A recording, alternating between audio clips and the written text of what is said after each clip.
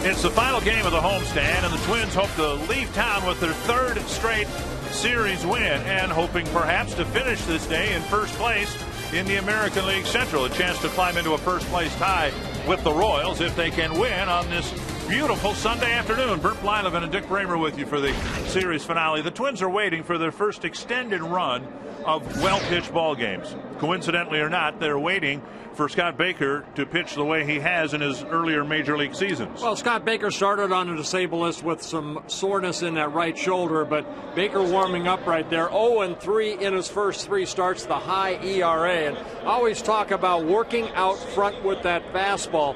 And let's take a breakdown of what Scott Baker was able to do last year. This is a game at Fenway Park.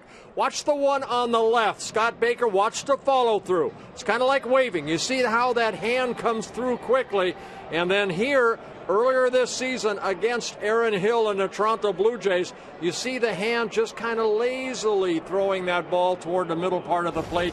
That's been his biggest problem, leaving that ball out here rather than working out front. Hopefully he can find that here this afternoon. Well, with today's action, the Major League season will be 5 weeks old, and by all appearances, the American League Central is going to be a heck of a race. Very congested right now in the American League Central, and it might be that the Kansas City Royals are for real and might find themselves in postseason play for the first time in a long time. Well, you remember, if you're a fan of the Kansas City Royals or baseball, back in the late 70s, early 80s, they were probably one of the best franchises in all of baseball.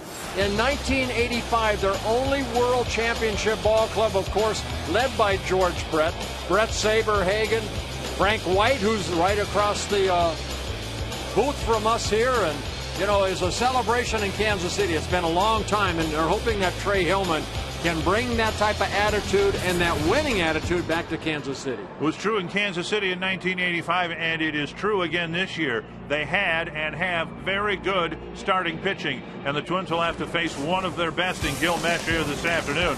The Twins will counter with the hottest hitting young catcher in the American League, Jose Morales.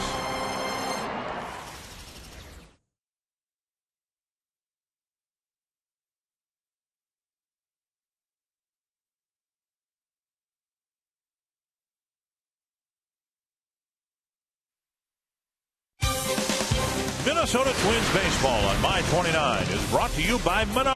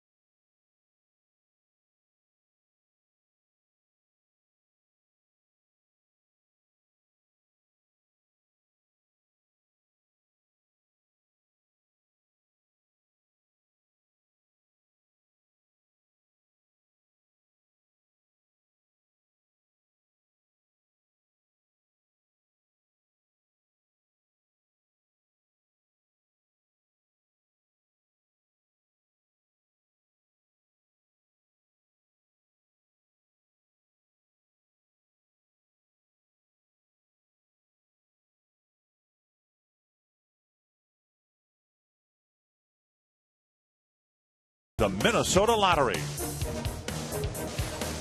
Welcome back to Twins baseball on My 29 as the Twins look to take the rubber game of their series with the Kansas City Royals. Hi, everybody. I'm Jim Rich. And even though Joe Mauer has the day off today, don't expect the production from behind the plate to drop off.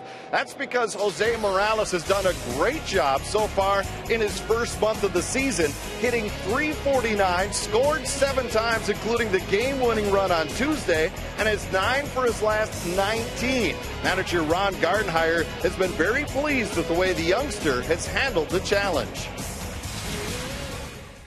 He's working really hard at it. I mean, you know what? You're a rookie here. You've got a staff that's been here a little bit, and you have to, first get the confidence of the team, and he's working really hard at it. I think everybody out there is pretty impressed with the way the young man's going about his business.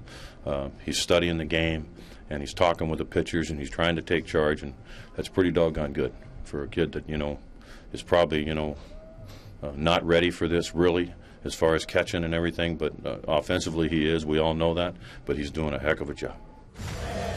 So the youngster will be behind the plate again this afternoon as the Twins try to take this series from the Royals. Dick and Bert with first pitch next here on My 29.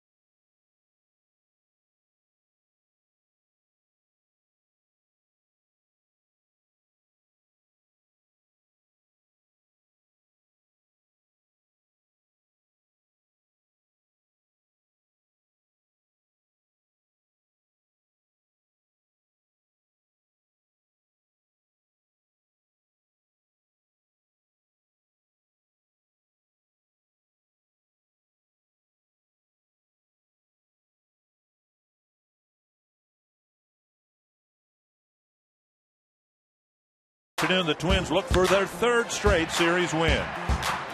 Scott Baker takes the mound, searching for his rhythm.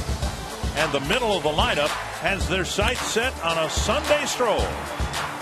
Twins Royals, the series finale, next on My 29. And the Twins hope to pick up a win here today and get the bitter aftertaste of last night's loss to the Royals out of their mouths before the road trip. 2 games in Detroit, 2 games in Baltimore. The Menards batting order for the Royals, who came to Minnesota to play 3 games. They'll head home after the game. Coco Crisp, Willie Bloomquist, Mark Teahan, the front 3 hitters from Trey Hillman on the Menards batting order. Then Jose Guillen, Mike Jacobs, David DeJesus. Then Alberto Callasco's had a great series. 3 doubles among his 4 hits.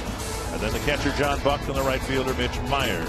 And the Schmelz Countryside Scouting Report on Scott Baker, making his 4th start of the year. What Scott Baker needs to do here is go deep into the ball game. Bullpen has been used a lot over the last couple ball games in this series. Extra innings last night. Short start by Kevin Slowey 2 nights ago.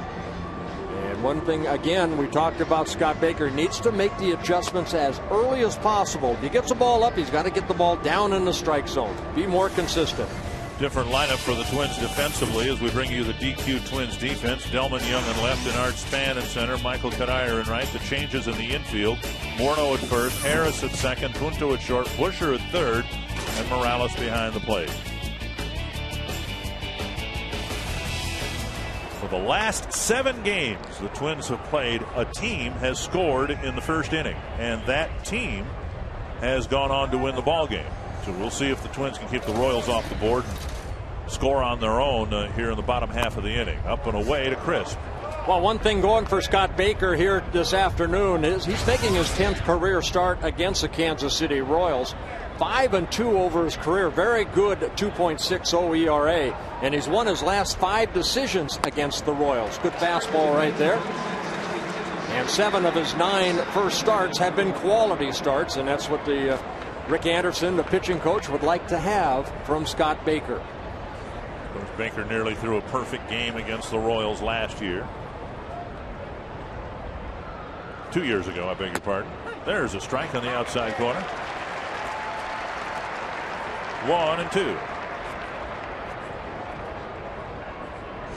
Baker relies on changing speeds, good control of the fastball. He'll work hopefully down in the zone. He'll go up in the zone once in a while to get a strikeout. Good pitch right there. A little breaking ball down in the strike zone. Baker coming off his longest outing in his last start here against the Rays last Monday. Went 6 innings, gave up 4 runs, all earned, with a walk and 7 strikeouts. Twins ended up losing that ball game 7-1. Hooked foul.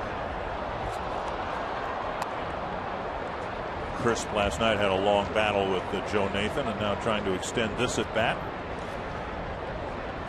Of course, the Twins signed Baker to a multi-year deal, a pretty rich deal, and on the Twins side what they were expecting from Baker is just a continuation of the progression he's shown. Popped up left field, playable for Delman Young. 1 away. Baker's last 4 years in terms of wins, and ultimately that's what it all comes down to, winning ball games. He won 3, then 5, then 9, then 11. The Twins were hoping and still are hoping that he'll be able to continue that and win 13, 15 ball games this year. Yeah, I mean, he has that capability because he's really been pretty durable. He came out of spring training with a little bit of stiffness in that right shoulder. Started the season on a disabled list, but now he's back in rotation, and he's one of the leaders on the staff. 1 down. Here's Willie Bloomquist, making quite a good first impression with the Royals the first 5 weeks of the season. Not known as much of an offensive player with the Mariners. He's been one of their better hitters here in the early going. A fastball on the outside corner to even the count. Always kind of a part-time player with the Mariners, almost what Raul Ibanez was with the Seattle Mariners. Came to Kansas City, had 3 or 4 great years here, and now he's with the Philadelphia Phillies. A very rich man. Yes. With the Philadelphia Phillies. Yep, he came to Kansas City, and a part-time player, came here, played every day, and put up great numbers. 1-2. Baker to Bloomquist. Bloomquist, 31 years old, signed by the Mariners back in 1999 out of Arizona State University. And now 2-2.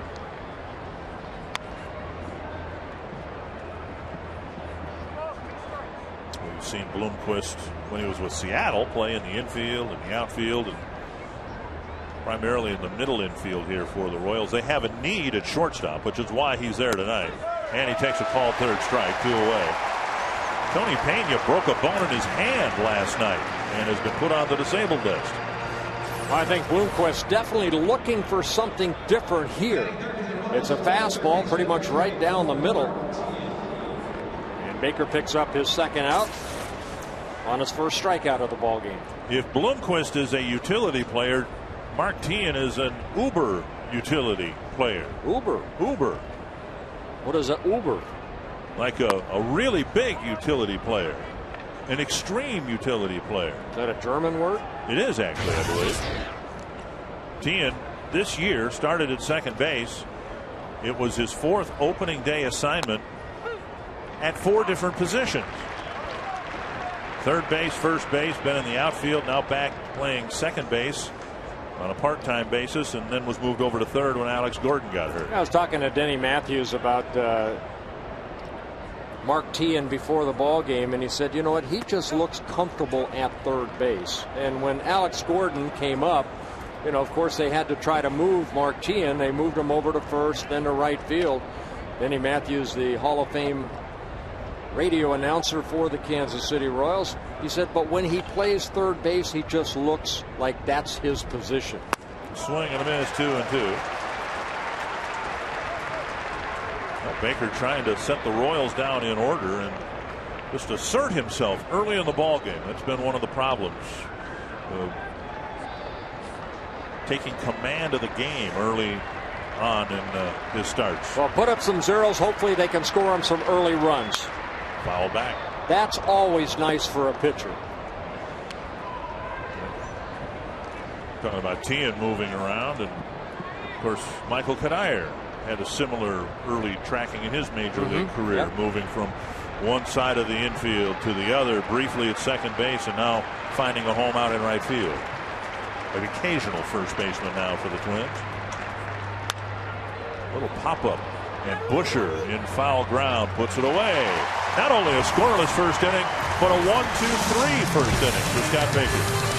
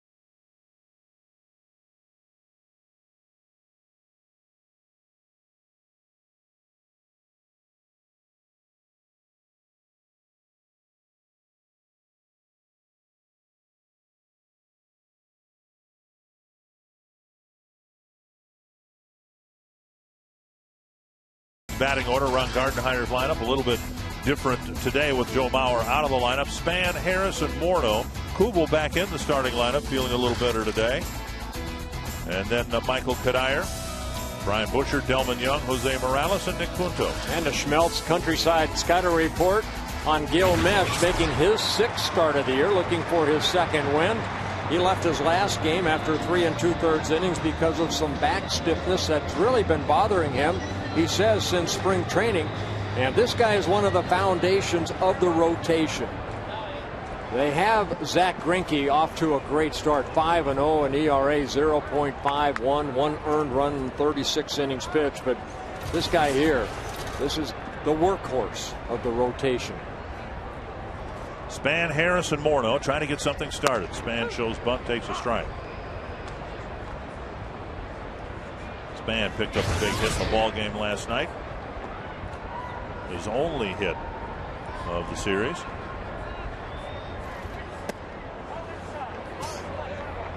One and one. A lot of people in baseball were stunned at the deal the Royals gave Mesh, when in reality he's probably been worth every penny so far. He has taken the ball and he's done what he was paid to do. He signed a 5-year deal with the Kansas City Royals, leaving the Seattle Mariners as a free agent. And Mesh over the last couple years has pitched over 200 innings, and in today's game that's what you're looking for. 2-1 to Span. Just off the plate, 3-1. Mesh has a 2-seam sinking fastball, a 4-seam pretty straight fastball in the low 90s, a spike knuckle curveball, a slider, and a changeup. And Span draws a 5-pitch walk. DQ defense for the Royals. They defensively have some issues at first base. Mike Jacobs is there. Billy Butler also plays over there. Neither one a Gold Glove candidate. And you can see with the injury to Pena now and some other things going on, the Royals have kind of rotated things in the infield. Jacobs a strong hitter, very good hitter, and I think in the case of both he and Butler, offense is their stronger part of their game. Here's Brendan Harris. See if the Twins do any running here. John Buck typically has a tough time throwing out runners. Mesh pretty good at holding them on. And Denard Span 6 for 6 in stolen base opportunities. Twins with 16 stolen bases on the year. They've been caught 4 times.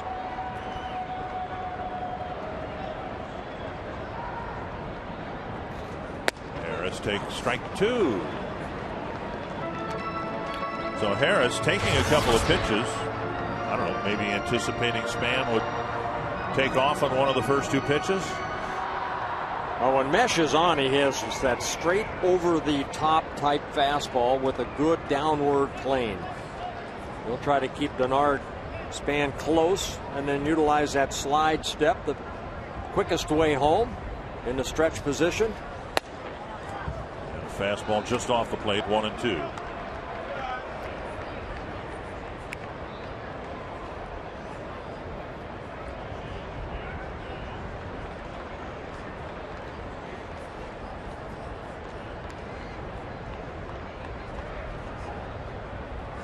Curve missing, and it's 2-2. Down in the dirt. So Harris doesn't bite on the breaking ball, and the count is even. Harris 2 for 10 lifetime against Gil Mesh. Jerry White there helping Denard Span. Span goes, the pitch down and away, and Span swipes second base. So on the 2-2 pitch, he takes off, and Harris takes ball 3. We got a good jump right here. You see him take off, and then feet first slide. Able to get there before John Buck short hops the throw to second. So he gets in the scoring position with nobody out. And Harris, who was behind in the count 0-2, now has run the count full.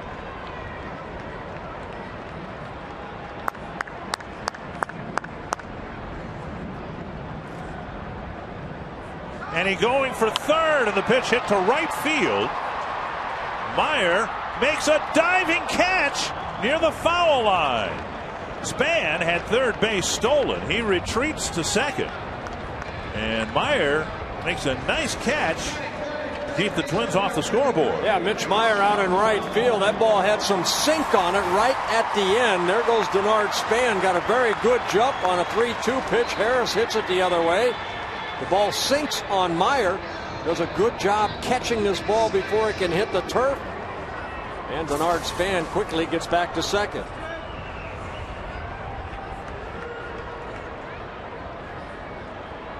So Span at second, 1 away. Here's Morneau. Ball 1. Morneau is the designated hitter last night. Hitless in the ball game. Got a home run here on Friday night. 8 for 26 lifetime against Mesh with a couple home runs. It's a .308 batting average.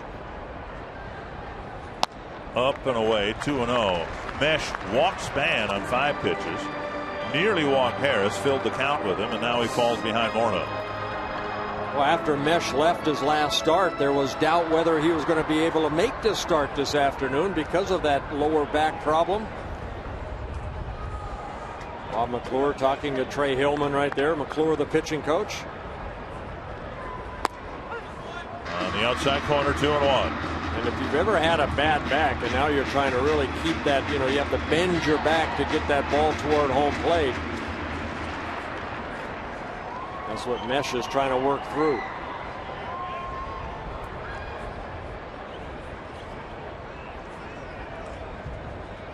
Two and one to Morneau. Curve for a called strike. 2-2. That's that spike curveball, almost what Dave Goltz used to throw. Now, why do you call it a spike curveball? It goes straight down. He kind of has one finger on top of the ball and puts your nail in. It's almost like a knuckleball, but it becomes a curveball straight down. You get top spin on it. It spikes straight down. 2-2 to Morneau. Checked his swing. And John Buck tried to sell the appeal, but third base umpire Mark Carlson says it's ball 3. Well, fastball away. Ooh, close. We had almost the same call for Justin last night in a situation like this, and it said he did not go. Mesh has had 3 ball counts to each of the first 3 hitters. He's walked 1, retired another. Curve tapped to the left side. Bloomquist throws and it goes by Jacobs and it'll lead to a Twins run. Morneau to second base. Very tough play for Jacobs to make, and again he's not the best defensive first baseman in the league anyway, and the Twins score in the first. Wow, tough little short hop right there. Bloomquist was out early this afternoon taking some ground balls at short. I'm sure they did not work on this play. He has to come in. Off balance throw, throws him a little sinker that lands right in front of him. And you can see the ball just landing in front of Jacobs. He tries to get the ball or knock it down. It gets by him. Span scores, and Justin moves over to second. 8th game in a row now where a team has scored in the first inning. Justin will get an infield base hit, and then the error by Bloomquist. Here's Kubel. Fastball for a strike.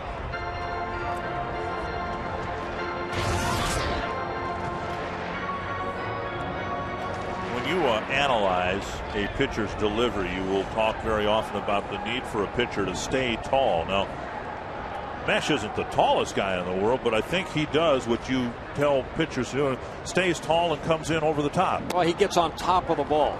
It's like, again, it's like you're waving goodbye or waving hello. It's that little work out front. Mesh does a good job of that.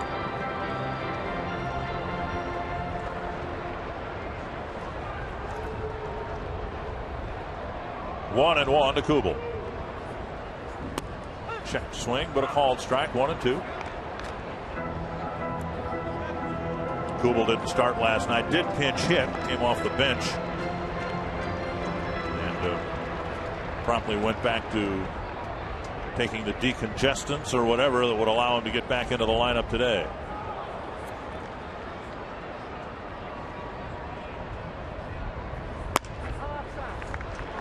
Two and two. Gil Mesh in this inning has thrown 21 pitches, 9 strikes, and 12 balls, and is in danger of having a 3-ball count to his first 4 batters. Well, he's a type of pitcher that wants to go out there whether he's hurt or not, and you wonder if that lower back is causing a lot of pitches up in the strike zone.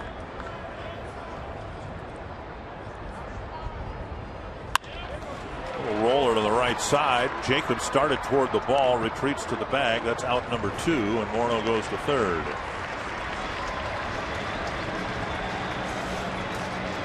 So Kubel retired on a little ground ball, and that'll bring up Michael Kadire. Gil Mesh making his 217th major league start and his 17th career start against the Twins. You can see him kind of bend over right there, trying to stretch out that back. 7 wins, 5 losses against the Twins in his first 16 starts. Kadire showing some signs of breaking out of an early season slump, and he takes a curve for a ball.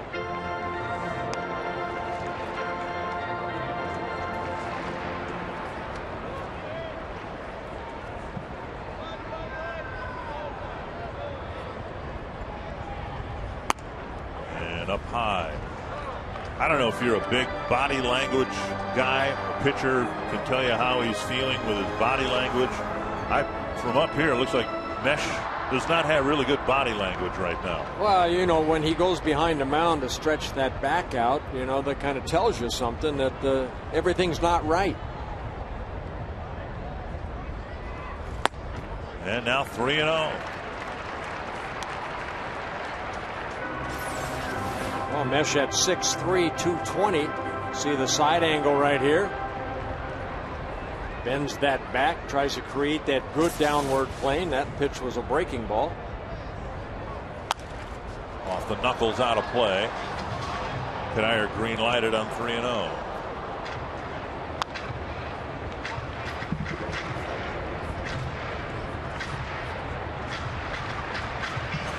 Dyer on a 4-game hitting streak, 5 hits in his last 12 at bats. Hit his second home run of the season last night.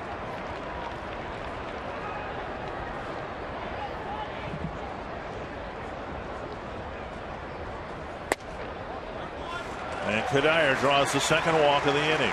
That'll get Busher to the plate.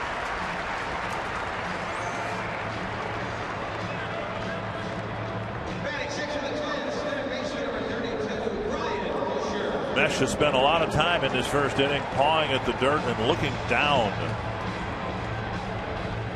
And Bob McClure hoping that Mesh can, if in fact his back is bothering him, that it'll loosen up and allow him to pitch deep into the game. Busher nearly ended last night's game with a home run. Missed it by about 1.5 feet. Got a leadoff double. And the Twins stranded him there. 28 pitches. 11 strikes for Mesh in this first inning.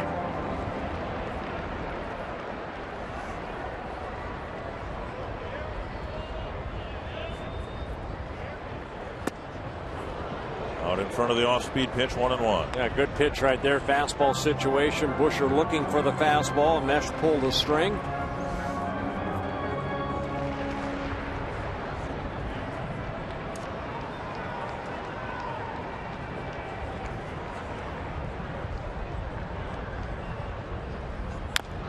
Breaking ball, tap foul off the front foot of Busher. 1-2. Busher actually seen more time at first base this year than third, but he's got the start at third base. Joe Creedy, by the way, told me this morning his back is fine. He had kind of an awkward slide or stumble into second base. Said it was interesting, but that everything checked out fine this morning. Up high, 2-2.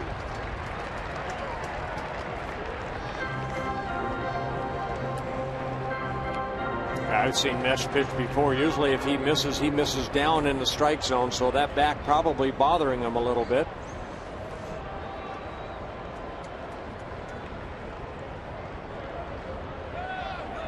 Popped up, straight up. And Buck makes the catch. Well, Gil Mesh got through the first inning with just one unearned run allowed.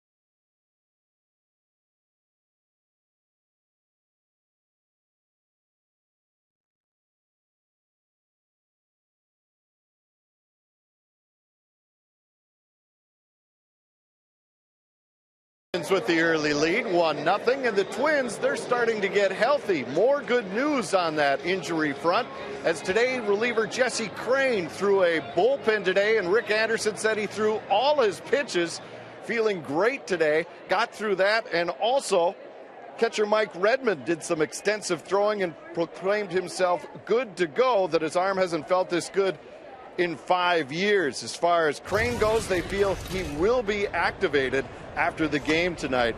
Now, you know, during that MRI, Dick and Bert, that Red said they found a Bud Light in his shoulder.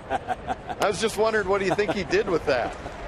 Well, knowing Red, he probably said, take it out of there so I can at least have another Bud Light. Yeah, Ron Gardenhire saying today that Redmond is his backup catcher today. Joe Mauer won't catch under any circumstances. And the question was, will he be your backup catcher tomorrow, assuming there's a roster move involving one of the catchers? And Gardy said, no, he is my backup catcher today, which would suggest, I think, that Jose Morales might be making his last start for a while here today, but the Twins will make that decision after the game. 3-1 to Jose Guillen. And just what Baker did not want to do to start the second inning, pitching with a 1-0 lead. For a limited time, select single game suites and other Metrodome hospitality spaces are available at a very special rate. Discounts range from 5% to over 20% off. You can call 833-TWINS and reserve a suite for 12 to 125 guests and take advantage of the limited time offer. So Guillen aboard, and that'll bring up Mike Jacobs.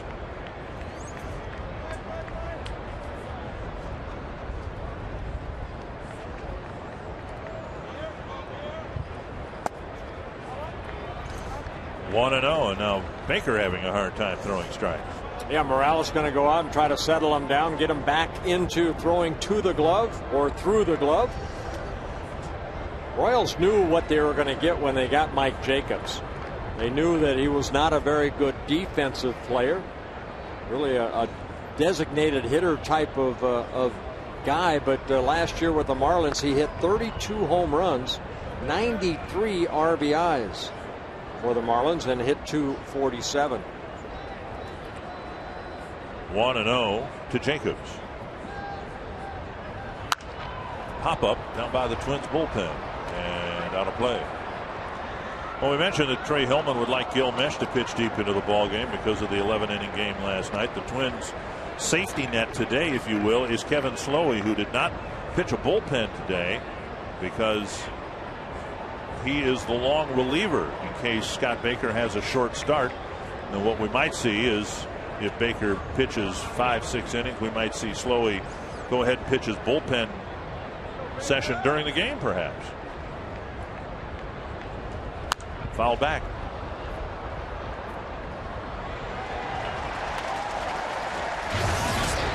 One and two. They have ruled the first inning run for the Twins as an earned run rather than an unearned run. So I misspoke before. Apparently deciding that Kubal's ground ball would have scored Span from third base. 1-2. That's hit a long way, but it's very foul. How many times did you go down in the pen and serve as a long reliever in between starts? I suppose in the first phase of your Twins career, that was pretty commonplace.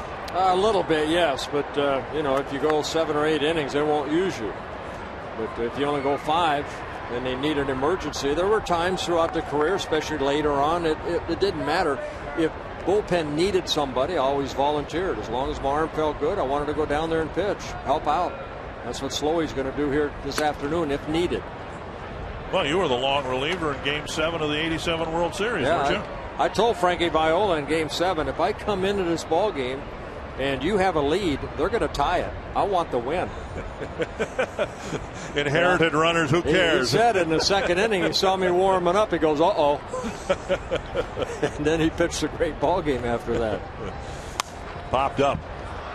Busher crossing the foul line again. And plenty of room to make the catch. Well, my seats for Game 7 of the World Series were down between third base and the Twins bullpen, and I was one of the first people to see you warm up. And was it the second inning? Was it that early? I believe it was, yeah. And, boy, I mean, every pitcher dreams of pitching a great ball game, as Frank did in Game 7 of a World Series. And how could he not notice that you were down there? He's probably screaming at him. I'm coming in, Frankie. One down in the second. And here's David DeJesus.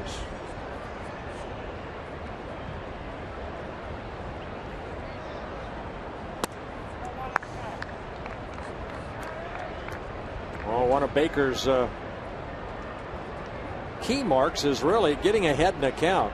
He's faced 6 batters, have been unable to get strike one on all 6 batters.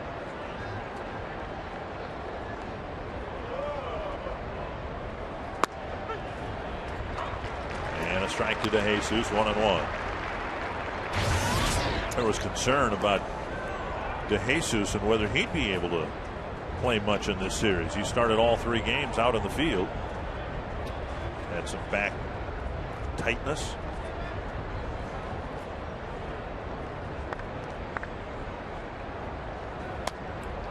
Two and one. Yeah, I just looked it up. It was the second inning because the Cardinals they got a couple runs in the top of the second inning. I remember Tommy Herr hitting a home run somewhere's in there, or was that in one of the earlier games here? No, there's no home runs hit in this ball game.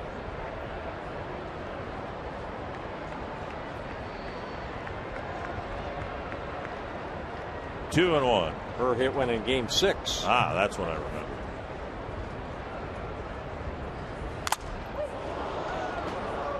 And DeJesus fouls it off the mask of Morales.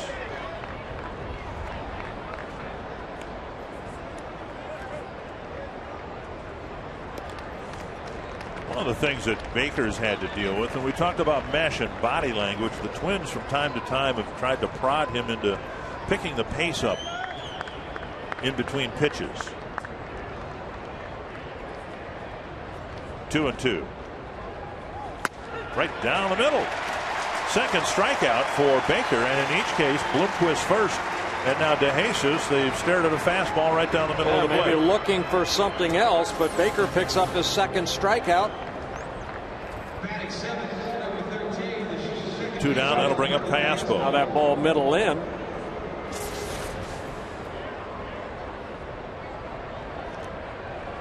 So Callaspo, who's taken over at second base with Tian more often than not playing at third base. Yeah, you see the batting average at .382, third best in the American League right now. Callaspo getting an opportunity to play. Alex Gordon on a disabled list. Taking over at second base where Mark Tian was. Now Tian moves over to third. That's to left field. Delman Young ends the inning. A leadoff walk. Baker gets the next 3 batters, and the Twins have a 1-0 lead.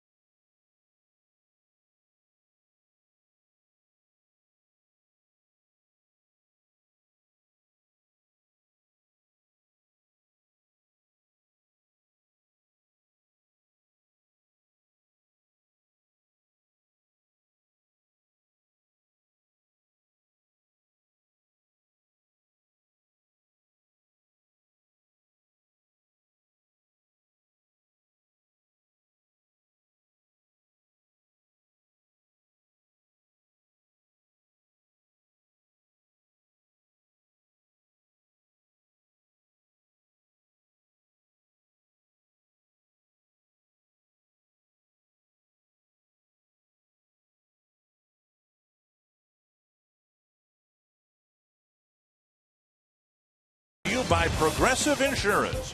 Visit progressive.com today.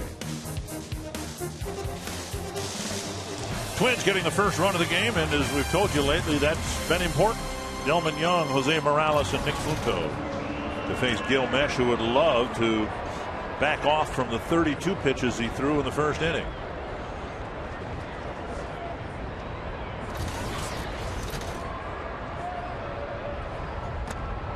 Ball one.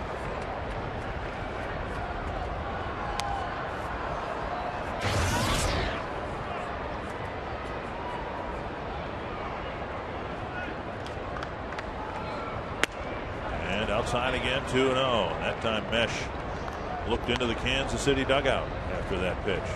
It just seems like it's a struggle for him. If not the back, something seems to be giving him some difficulty. 3-0. Well, you almost have to think it's a back, because that's why he left his last start against the Toronto Blue Jays in Kansas City. Only 3 2/3 innings. Down the middle, a strike. The other day it was Nick Blackburn who pitched pretty well, but then when he came out of the game said that he was lightheaded and woozy, and the chopper headed up the middle. Bloomquist cuts it off, and the throw on the fly to Jacobs, and Young has retired one away.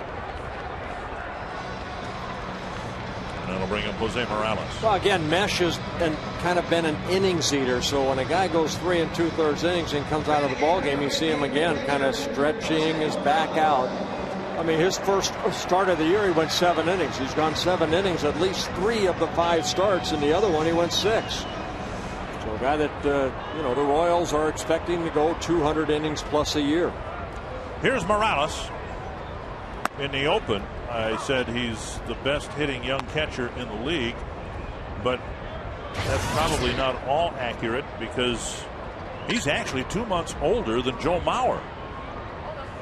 Because Mauer has done so much at such a young age, and because we're just now getting to see Morales play up here, we probably think of Mauer as being older than he is, and Morales younger than he is. But the good hitting part, that much is very true. Another base hit for Jose Morales. Well, that's why I mentioned last night with Joe Mauer back. Watch his swing right here. He just takes it the other way.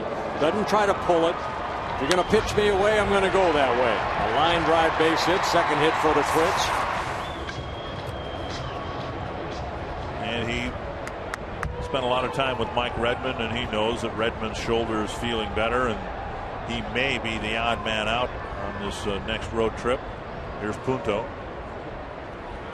Strike on the inside corner.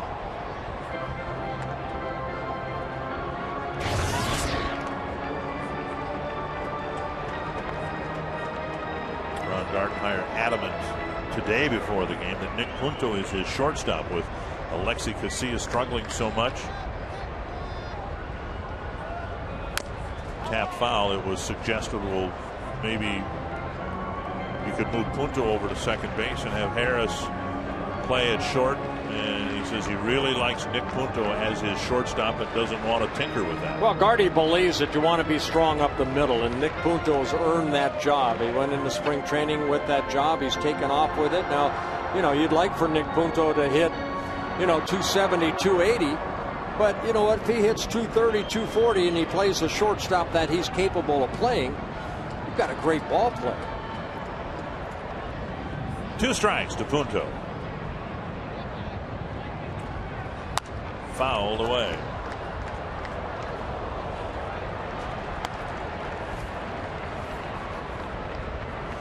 Punto in his sixth season with the Twins. Last year he hit 284 in 99 ball games. He's a career 252 hitter. The Twins would take that throughout the summer. And just give me good defense, which he does. Curve just wide of the plate.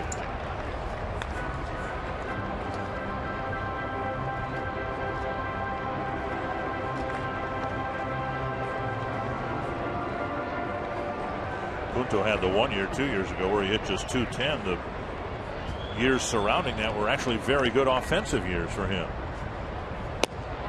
Again away, 2-2. He hit .290 in 2006, in 2006, and .284 last year. Well, he's a scrapper. You know, he's a guy that comes to the ballpark, wants to play every day, and wants to try to find a way to win. Got a little overexcited last night on that close play at third base. Apologize for that. Grounder to second, and Callaspo starts a 4-6-3 double play. So the Twins get a hit from Morales, but Mesh does have a better time of it in the bottom of the second.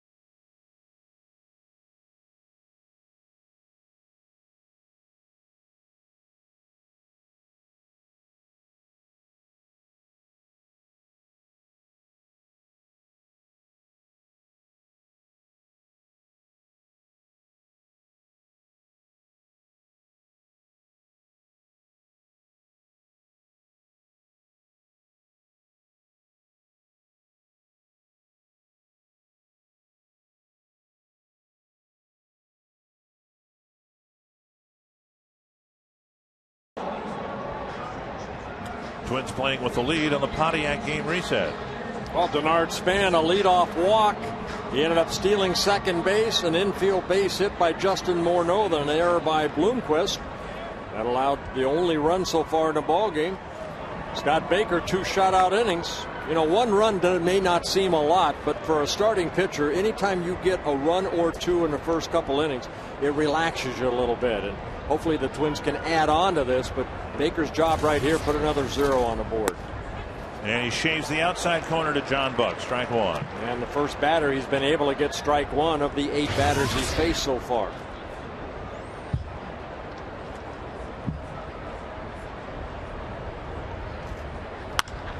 And a liner, a sinking liner, caught by Harris. 1 away. You can ask us a question at carsoup.com/baseball. Jim Alber of West Fargo. Is it about night crawlers? No. Talk about that in a minute. Has the pop-up Dave Kingman hit into the roof back in 1984 ever come down? It stayed in one of those holes up there. I believe he was credited with a ground rule double, was he which not? I still don't understand. I could see no play, no pitch even, but a ground rule double. That never made sense to me. The next day, the Twins sent someone up there. And the roof here actually is in 2 sections. There's a lower level with the ventilation holes and then the top layer. And there's a catwalk up there, I guess. That's something you and I need to do sometime before we leave here. Go ahead. Go out there. Anyway, somebody dropped the ball through, and the Twins had a little pregame ceremony. The ball went up on a Saturday night and came down on a Sunday afternoon. And the plan was to have Mickey Hatcher catch the ball as it came down. Now, Mickey wasn't even on the field the night before. Kent Herbeck was. And Mickey tried to catch it, and he caught it, but not on its way down. Mickey made contact with the ball as it was on its way back up after bouncing on the turf. Yeah, Mickey's voice was not the same the rest of the day. Mitch Meyer with a 2-2 count. But, you know, I mean, only Mickey could do that, too. That was Mickey's character. Foul back. I believe it was one of the, if not the, sports photograph of the year in 1984. This befuddled look. Houston Jimenez was the shortstop, and John Castino was the second baseman. And I forget which was which. Somebody was looking up with their shoulders shrugged, and the other had their hands over their head. There's a drive to center. And Span lopes back to make the catch, out number 2. So a nearly perfect trip through the Kansas City batting order the first time. Now that has never been repeated here. Now there have been a number of balls that have hit the inner roof here at the Dome. But on that one day it went up and it found a ventilation hole and didn't come back down. Coco Crisp with a fly to left his first time up. Now Busher at third base will take the bunt away. Coco Crisp, one of those guys that likes to bunt to get on. Nice pickup by Morneau, and he'll go to the bag. First ground ball out, and Morneau picks it off, and Baker has another 1-2-3 inning.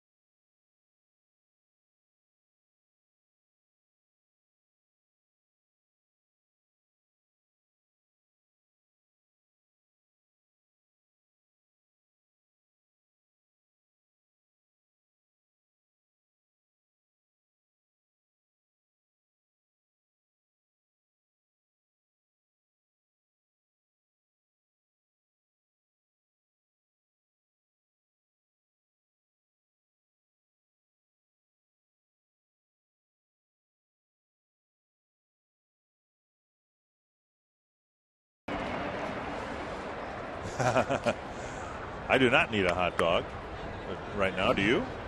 I will later. Twins hitting in the third. Denard Span drew a leadoff walk, stole second, scored the only run of the game so far against Gil Mesh. Now last night, in the midst of the broadcast, I was talking about how I was excited for the fishing opener coming up, and I was under the cover of darkness the other night picking up night crawlers. There's a chopper to first and an easy play for Jacobs. Picking up night crawlers off the wet street by my house and putting them in my worm box and feeding my night crawlers in anticipation of opening day. And you volunteered that you would eat a night crawler. Well, I bet you $100 that I could. Well, but the money going to the Parkinson Foundation. And I signed on, and look at this. Yeah. No, Hugh has not eaten the night crawlers yet.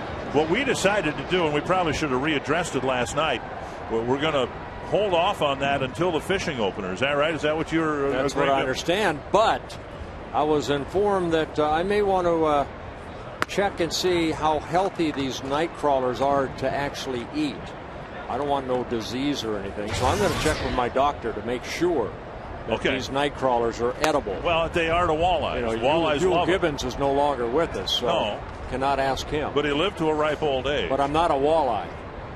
I'm a human being. But walleyes love them. I'm not a walleye. 2-1 to Harris. If they are edible, if I can, eat a couple. Well, I mean, if we can raise money for Parkinson's, that's great. Ron Coomer said he'd put in 100. Right. Dr. Crutchfield. Right. the team's dermatologist said he would put in 100. This one tagged pretty well to right center field. Leaping catch, crashing into the fence is Coco Crisp. What a nice catch right here by Coco Crisp. We talked last night, runners will run on Coco Crisp because he doesn't have the best of arms, but he's a great leadoff hitter, and he can play some defense. He goes a long way, leaps right there, not exactly sure where he is. And you can see the ground that he covers, leaps. A nice running catch by Coco Crisp. Harris gave it a ride, but Crisp making a great catch. Harris tipping his helmet to the center fielder. Here's Morneau. Big swing and a miss. One strike. So Dr. Crutchfield said he was going to get other physicians to also maybe raise $100 here or there. So, you know, if I can get $1,000 for Parkinson's, I'll be more than happy to eat this Nightcrawler or two if they are edible and, you know, I don't get some type of disease. Well, for one thing, I thought we were talking about $100 per Nightcrawler. I thought that was the going rate. Oh, so you're going to give me $200 then? No, what I'm saying is... No, you just said $100 per two Nightcrawlers. I'm on the first one. Ron Coomer's on the second one. No, you just said $100 per Nightcrawler, so you're going to give me $200 if I eat two. Would get a... Well, we'll debate this perhaps. No, you owe me $200 if I eat it. No debate.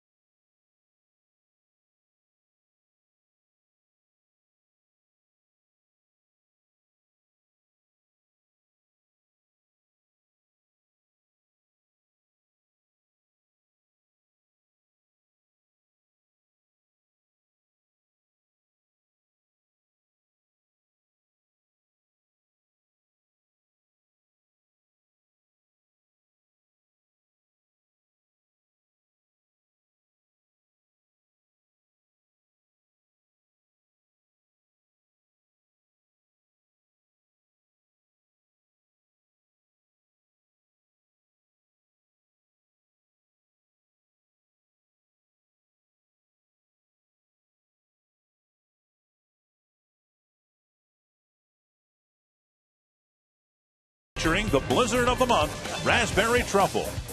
And by the Minnesota Lottery. Bert's Bait Shop. I like it. So if I eat 8 of them, you owe $800 to Parkinson's. I like it. I like the way where this going. Ron Coomer's not here today, but Ron Coomer's in I know for 100. Ron would put in 8 if I ate 8 of them. I'm in for 100. Dr. Crutchfield's in for 100. The question was whether it was $100. I believe you said $100 per Nightcrawler. And with every $100 bid, for instance, Dr. Crutchfield, the third. No, that's not the way it was whether you would eat a third Nightcrawler. But I think therein lies the answer to your concern about whether it's safe for you to eat. If I eat 2 Nightcrawlers, if they are edible and I can eat them, all right, will you put in $200 toward Parkinson's? Well, I'm asking you. Yeah. Will you? Yes, you will. Okay, that's all I needed to hear. Somehow this is, getting to be really expensive. I'm providing the Nightcrawlers. If you price Nightcrawlers, I'll go out and buy Nightcrawlers. No, you got to eat mine. You got to eat mine because I'm going to hand pick them for you. Yeah, I'm afraid of that. Well, you got Dr. Crutchfield and other doctors who are encouraging you to do this. Dr. Crutchfield is a dermatologist. I want to talk to a real doctor. Sorry, Doc. 2 strikes and a drive to center. And Span catches the line drive, and Bloomquist is retired. Well, if we do it, it'll be next Saturday because that's the fishing open. Right. So Baker giving up a couple of well-hit balls here in the last couple innings, but he has not allowed a hit. And here's Martin. You know what? That's the making of a good ball game. I mean, you're not going to strike out everybody. Their guys are going to get hits once in a while, but if you can get them to hit the balls sharply at somebody, that's what the game's all about. Make them make contact, make them make outs. That's what Baker was able to do on August 31st here at the Metrodome in 2007 against the Royals, when he had that perfect game going into the 9th inning. And the leadoff walk to Guillen in the second notwithstanding, Baker's strike to ball ratio pretty good at a little bit better than 2-1. This is 50th pitch, and now that's the 17th pitch out of the strike zone.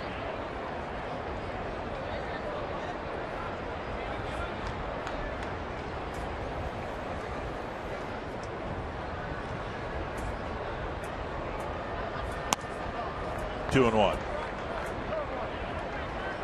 I think pitching against the Royals here this afternoon was probably the best thing for Scott Baker, because he knows he's had success against a certain ball club. And, he knows he wants to get back on track. You can almost see the focus right there in his eyes that he's really going to try to keep this ball down. Good breaking ball right there, and Tien beats it into a shin.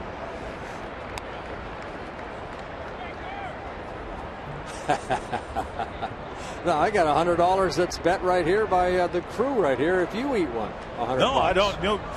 You've set the precedent. Last year you were eating crickets and all that. I don't. I'm just saying. I don't eat the guys vermin. said I don't that they eat. would give $100 if you ate one, and they'd probably give $100 if I eat another one. If they are edible, I'm not going to eat a nightcrawler. So if I eat 8 of them, that's $800 from you and Coomer. That's $1,600. Dr. Crutchfield, that's $2,400 for Parkinson's. That's awesome. Not in your California high school math, but there's a flaw in your argument. 2 down, and Guillen to the plate. And strikeout number 3 for Scott Baker. 1 week from today, it's Mother's Day, and we invite you to bring Mom out to the ballpark. The Twins and Mariners wrap up their series. And, before we talk more about Mother's Day, Arby's trivia. Which Royals hit for the highest average in a single season at the Metrodome? I'm guessing it's somebody here. And I think we may have just had him in the camera shot there. That's just a guess. I'm going to go with Kevin Seitzer. Yeah, that'd be a good one. He's an outstanding hitter. John Buck is hit showing well. us John Buck. 1 strike to Guillen, and a big swing and a miss, 2 strikes.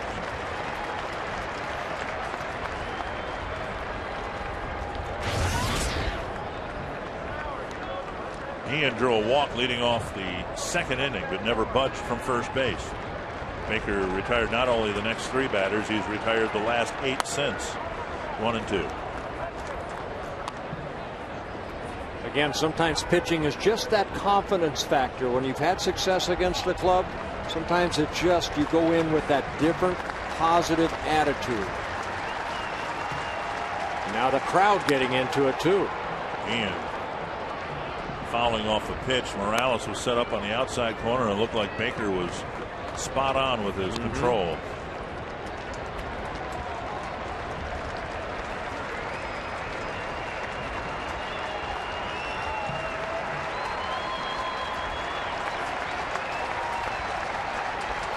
Curve lifted toward short. Punto has it. And Baker has another 1, 2, 3 innings, and incidentally, he has 4 no-hit innings.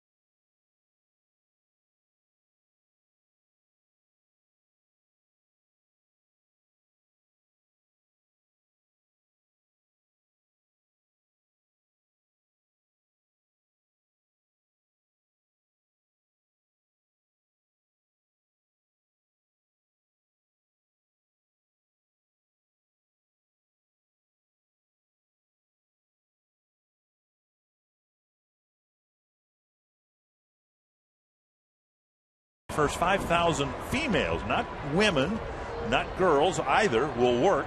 You get a Twins t-shirt courtesy of myoptimumhealth.com, and you can call 800-33-TWINS.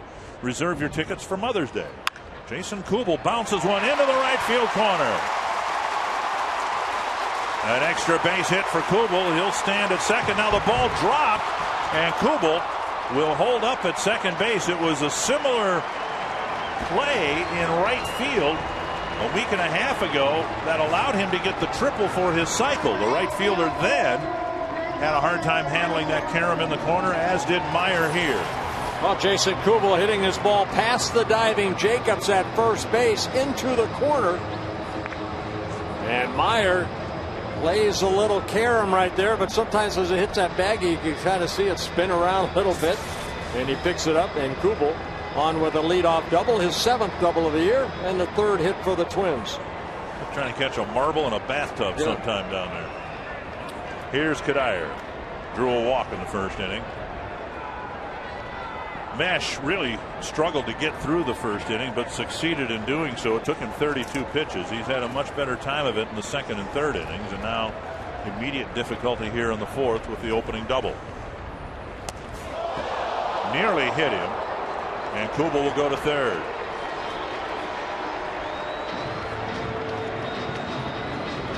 Boy, sometimes you wonder how hitters can get out of the way. Mesh with his 3rd wild pitch of the year.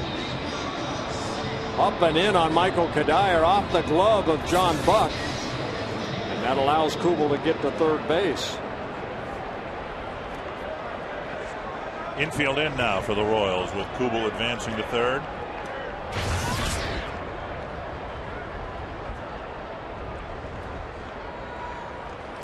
Fouled back. Jim Rich, what do you have on Michael Kadire? Well, I was speaking with him this morning, Dick, and he said that he's starting to see the ball better, and that's why he's been getting a lot of walks as of lately. And Gardy says he's seeing Cuddy being on the ball better, especially when he drives the ball to left center like he did last night with that home run. So hopefully that's a good sign for Cuddy. Breaking ball up and away, 2-1. Well, with the infield in, Michael would like to get a ball that he could get airborne right here. Hit it deep enough to allow Kubel to tag up and pick up an RBI.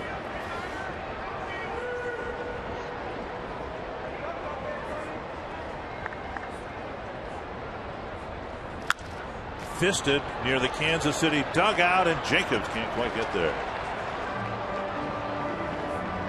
I don't know that a human being can hit the ball any harder than Kadire did last night. Well, Kadire, this came in the 6th inning, leading off the 6th inning. It was a line drive home run right off the top of the fence. His 2nd home run of the year. 2-2 to Kadire.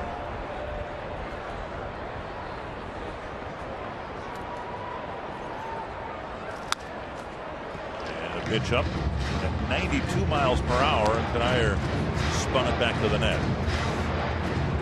Mesh has 2 walks, both of them coming in the 1st inning, 1 strikeout. That coming off Justin Morneau to end the 3rd.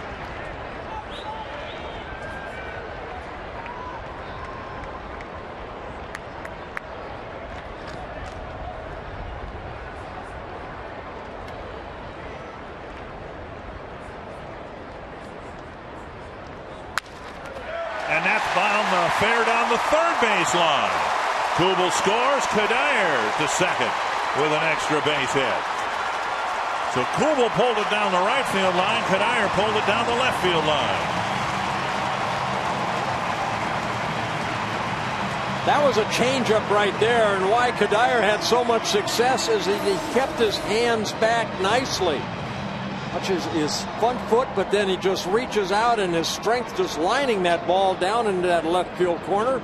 See him keep the ball, the hands back. The ball past Tien at 3rd.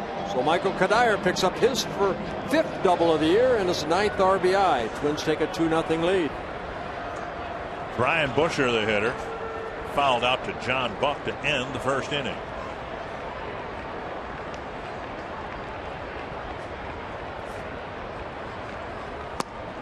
Down low, ball 1. And Buck to the mound. You know, we showed you in the Open, the Royals once were almost the model franchise, regardless of market size. Back then, it didn't matter as much as it does now. But they did everything right. They developed their own players, great athleticism, great speed in the lineup, enough power, some very good pitching. They did it, if I can use the term, and there's Frank White, a graduate of their Royals Academy. It's pulled to first. Jacobs with a nice pickup, mesh covers, and Busher is retired, but he advances Kadire to third base. Yeah, productive out right there. Jacobs, the first baseman, does make a nice play. This ball, you know, like Kubel's, kind of bounced over his glove. This time Jacobs able to get it and feeding it to the pitcher covering, but a good at bat. Busher will get high fives all around the dugout because he did his job.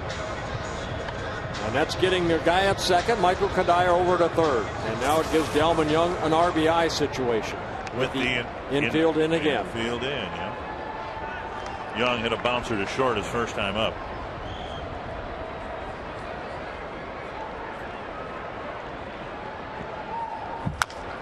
A little dribbler coming in is Tian, throwing low. Jacobs digs that out, and Young's gone on one pitch. And that'll bring up Morales. So Young tops the ball in front of Tian, who makes a nice play for out number 2. I was going to say, every once in a while you'll hear or read the phrase "the Twins way." Well, the Royals did it the Royals way, and it was very similar to what's now referred to as the Twins way. But back in the really late 60s and when it started, and then into the 70s, they developed their own players and had a great run. It helps a lot, Dick, when you have a foundation of George Brett and Willie Wilson and John Mayberry and Frank White, who we showed.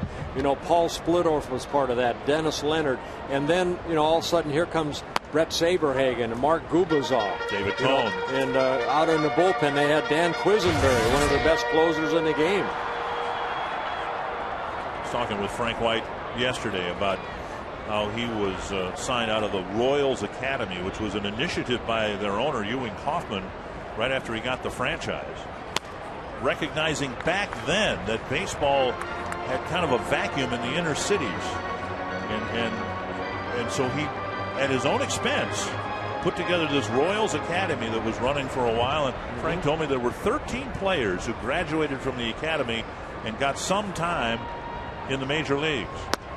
Down and in, and it's 3-0 to Morales with Punto on deck. I believe that was in Haines City, I believe, in Florida. And it was the one of the first initiatives that Ewing Kauffman did right after he got the franchise when the Athletics left town for Oakland. 3-0. And a strike. And the most notable alumni were Frank White, Ron Washington, and UL Washington. And for a while, White and UL Washington were the strength up the middle for some good Royals teams in the 80s.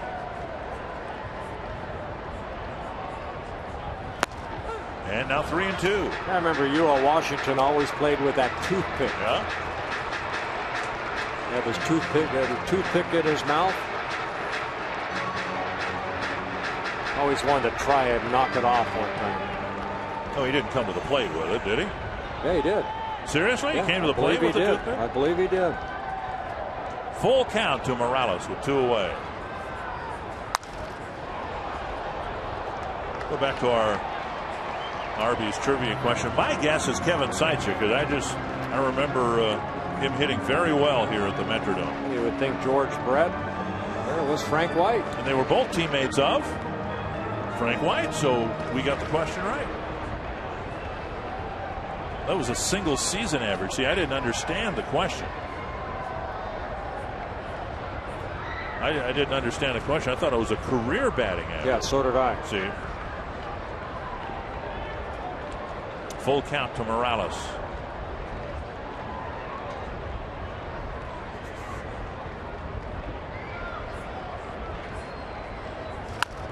Came inside. Morales got a piece of the bat on it. Well, if you're pitching out there and you're down 2-0, you know you do not want Kadire to score the way that Baker, your opponent, is pitching so far. Baker is not allowed a hit, only one base runner.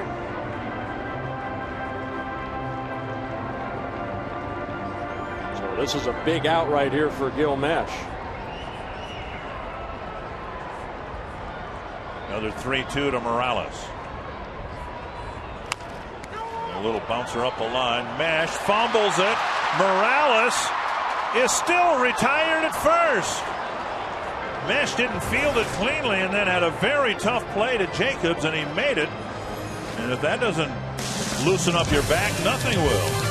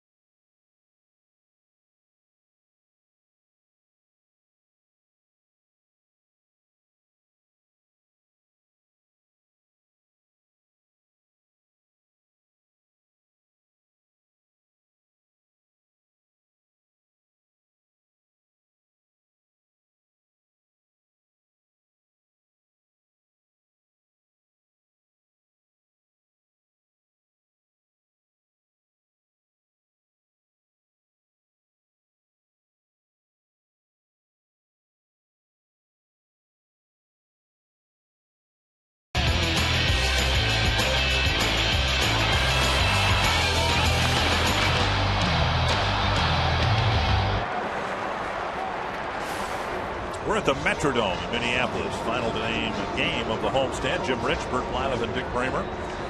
Last weekend in Cleveland, the Twins took the series 2-1. They played the Tampa Bay Rays here to open up the homestand. Took the series 2-1, and now trying to do that with the Royals. Mike Jacobs will lead off the 5th against Scott Baker.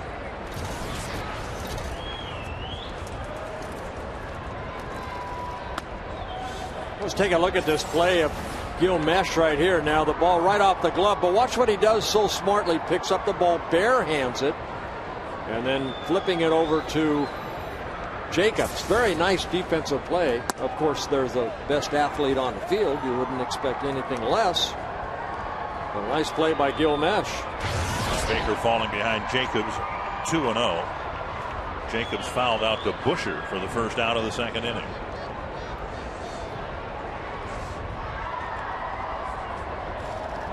Foul back 2-1.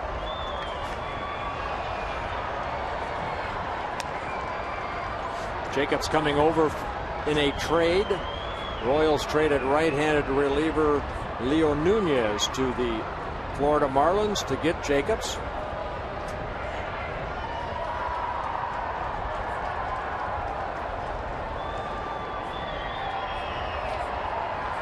Foul back 2-2.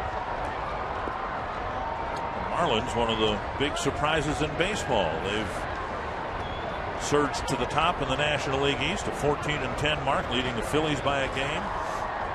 Yeah, they were 11-1 at one time. Yeah.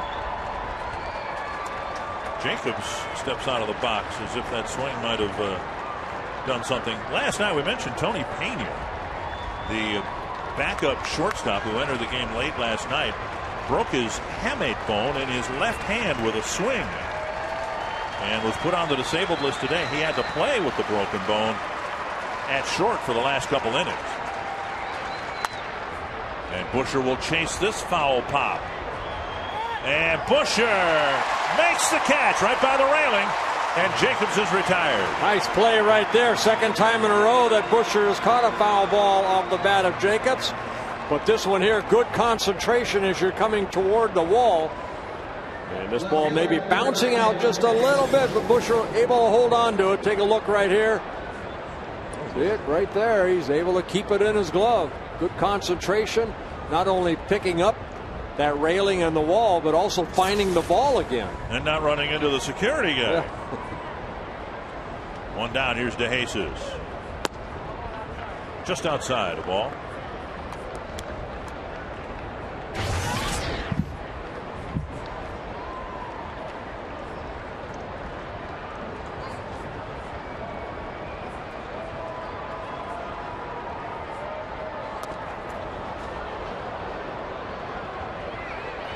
DeJesus skips the rope. I was asking Tim Cheetah right there, split second, if that ball hit him or not. Cheetah saying no.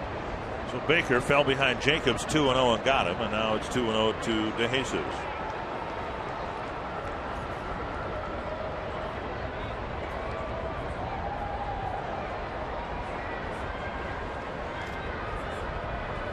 A high pop-up down the right field line. Morneau in foul ground. It was up there a long time. 10 fly ball outs, and about half of them, it seems, in foul territory. 2 away. There are 1,000 reasons to log on to twinsbaseball.com, and you can vote for the all-Metrodome team exclusively at twinsbaseball.com.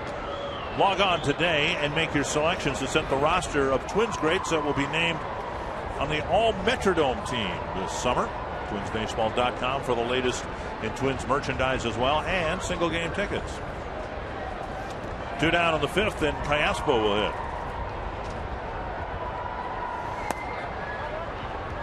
Well, and now we have some food hot up here. We dogs got there. hot dogs up here delivered by the Mankato VFW. Very nice. We circled them, so they brought us a hot dog. 1-1. Well, thank you for circling them. This looks like pretty good dog here. There they are right there. Thank you very much. And you are hereby circled again. For the well, we get another hot dog then. Maybe we'll get the guys in a truck a hot dog. 1-1 to Callaspo. That's flipped foul. And Young won't get there. Just looking at the standings, what an interesting contrast with the leading teams and the managerial experience of the teams that are leading right now. In the National League, you got Tony La Russa and Joe Torre. Cardinals and Dodgers off to great starts. And then Florida, the young team with a young manager inside. In the American League, Cito Gaston, who's won 2 world championships, leading the Toronto Blue Jays, and then Trey Hillman and the Royals leading the Central. Don Wakamatsu in his first year with the Mariners. So the guys in the middle ground, the Ron Gardenhires of the world, aren't represented. It's the guys with the most experience and the least experience who are leading their teams to the top of their division. A high pop-up down the right field line. Morneau chasing this one. Kadire over there. And Kadire with the catch. 3 catches in foul territory. Baker with a shake of the head, but he's got 5 no-hit innings.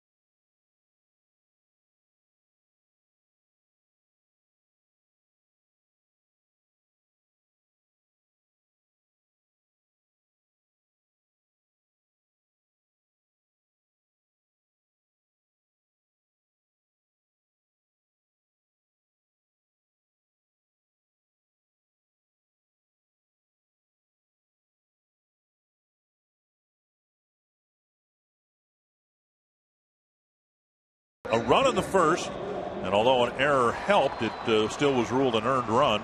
Then a pair of doubles and another run in the fourth. And Scott Baker with 5 no-hit innings against the Kansas City Royals. Nick Punto will lead off the fifth. He'll face Gil Mesh, and then it'll be Denard Span and Brendan Harris.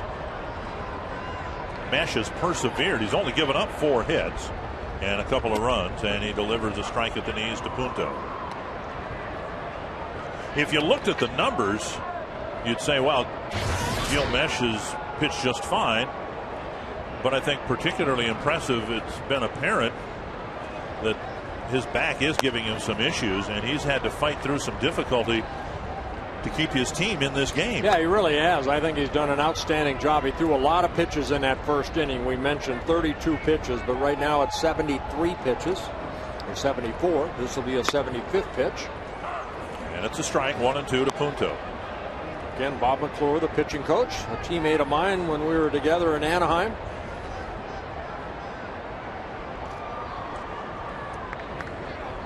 A relief pitcher, wasn't he? Yes. By principally Milwaukee Brewers. Yep. Punto fouls it back. You know, I said in that scouting report that he's the foundation of the rotation, Gil Mesh, for the Royals. And, you know, when you're maybe hurting a little bit out there, some pitchers, you know, will not want to take that start. And one thing that he has been able to do since he signed that big contract, he's not missed a start. Punto retired, 1 down in the fifth. You know, so often it happens that way. It seems, you know, the Zach Greinke's of the world have that other, maybe more veteran pitcher in the rotation to take a little bit of the pressure off him. And that was what happened with the Twins in '87 and in '91. Frank Viola, the year after you guys won the World Series, won the Cy Young.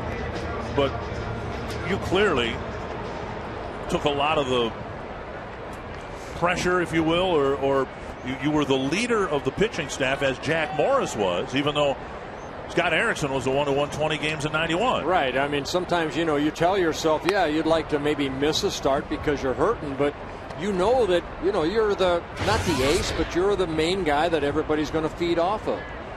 That's why if Gil Mesh, you know, if he can go 7, 8 innings, it just takes a burden off of that bullpen. So the guy behind him, and it's going to be Zach Greinke starting tomorrow in Kansas City, that will have a fresh bullpen. So that's the importance of Gil Mesh right here, pitching in front of Zach Greinke.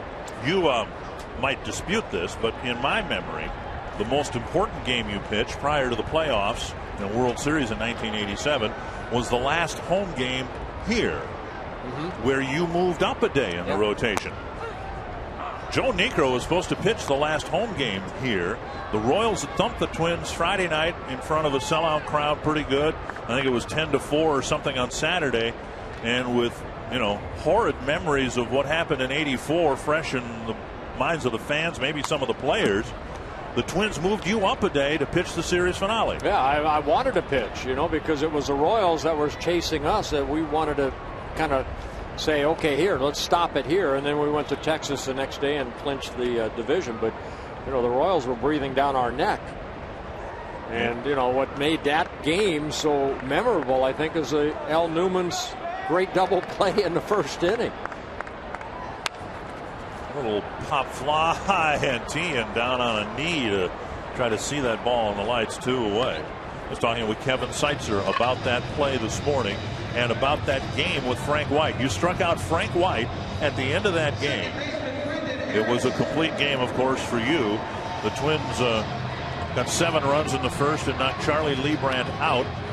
And that win in the last home game of the '87 season clinched a tie for the championship that you secured the next day. And I think you have to remember that's when the crowd really got into it, too. And that day, I think the Minnesota fans became our 10th player on the field because of that noise factor they were able to generate in that 3-game series, especially that final day where we won.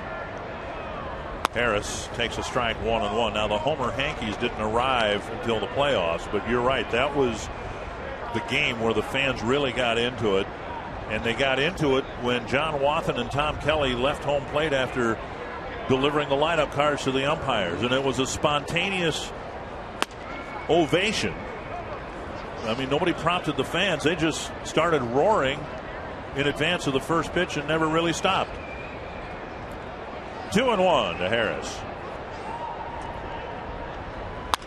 Little tapper left side. Boy, Mesh has really settled down. Sidearm throw by Bloomquist in time to get Harris, and Mesh has another 1-2-3 inning.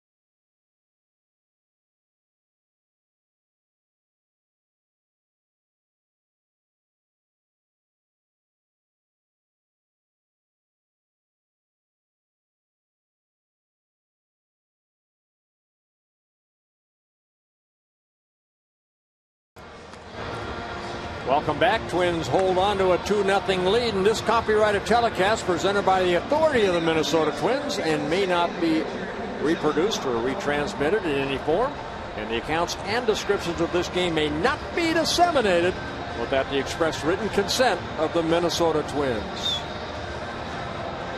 Now Scott Baker, who a couple of years ago flirted with a perfect game against the Royals, has 5 no-hit innings. He'll face John Buck, Mitch Meyer, and Coco Crisp.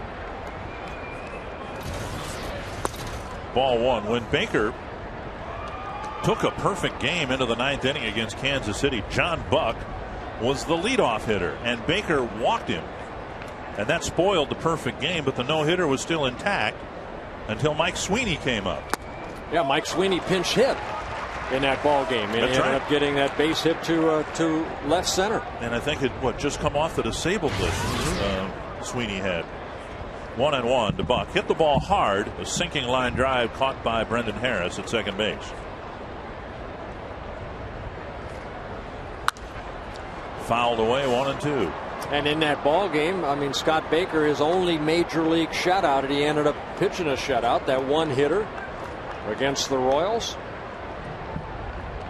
That came back on August 31st, 2007. Twins won that game 5-0.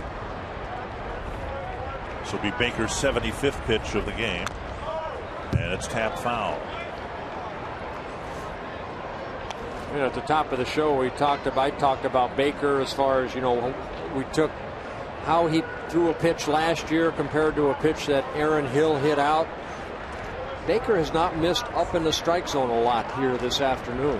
He's mixing in more off-speed pitches. The breaking ball right there, you just saw Buck foul off. And you see that fastball right there down in the strike zone. I think we saw the first 3 starts, a lot of pitches up. And you see him finish the ball right there. That's what I was talking about. Wave goodbye right there at the end. Wave goodbye. That's the work part of pitching. Swing and a miss. Buck strikes out for the first out of the 6th. And strikeout number 4 in the ball game for Scott Baker. Again, watch the hand when that releases the ball. Good extension right there, and you can see that ball just zip right through the strike zone in a good location. Mitch Meyer hit a fly ball to center his first time up.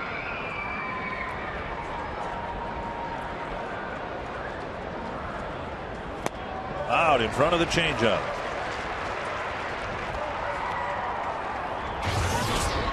Meyer starting the season in AAA Omaha for the Royals. He got recalled on April 16th when the Royals put Alex Gordon on a disabled list. 2 strikes to Meyer. Young man that doesn't have a lot of major league experience. Royals #1 pick back in 2003 out of the University of Toledo. I hope he knows Jamie Farr.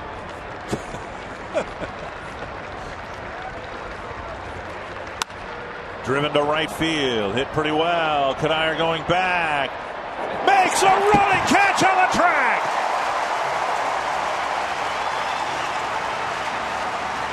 Kadire with a great running catch to take the first Kansas City hit away from Mitch Meyer. We've seen some very nice plays behind Baker. Kadire making a nice catch right there. Justin Morneau in the 3rd inning maybe took a base hit away from Coco Crisp by going to his right. Brian Busher, and even though it was a foul ball, made a nice catch. You need good defense to pitch a low-scoring ball game. Coco Crisp with a fly to left and a ground ball to Morneau. Strike 1.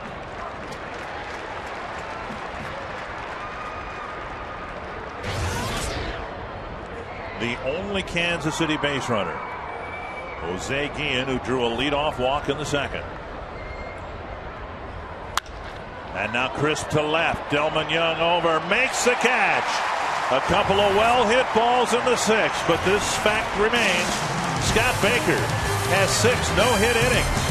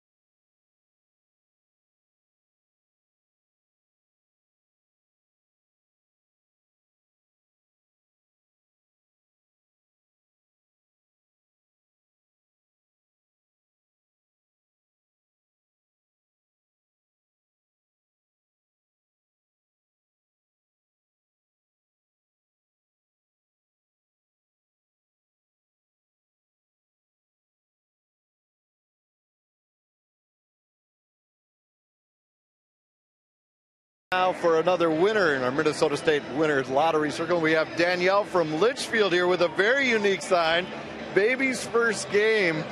How did you come up with this idea? It's an original. It certainly is. Now, you told me during the break that this is a boy. Have you picked out a name yet? Not yet. Not yet? What would we have to do to perhaps make you name it after Bert? That is a possibility. I'll put it on the list. All right, well, he's happy here considering. And we've circled you, and congratulations from the Minnesota State Lottery. Thank you. All right, let's go back upstairs to Dick and Bert. Well, congratulations. Remember, if it is Bert, it's B-E-R-T. Justin Morneau leading off the 6th against Gilmesh. Now, there probably have been some children, boys named after you. But, yeah, there has been. But not probably Albert, right? No, well, that could be an Albert, yeah. But maybe not with 2 A's. I think, baseball names, I always think of Nolan Ryan. I mean, there's so many. Right. I think people call their child either, after Nolan because of his success. I don't know how many Georges there are in Kansas City, but I'll bet there are a lot of Bretts. Yeah. 3-0 to Morneau, leading off the 6th. What was Kent Herbeck's line? He spoke so eloquently and humorously at Kirby Puckett's memorial service here that people named their children after Kirby and their cows after him. Yeah. Drilled to center. Crisp won't catch that one. And Morneau has an extra base hit. It's another leadoff double for the Twins.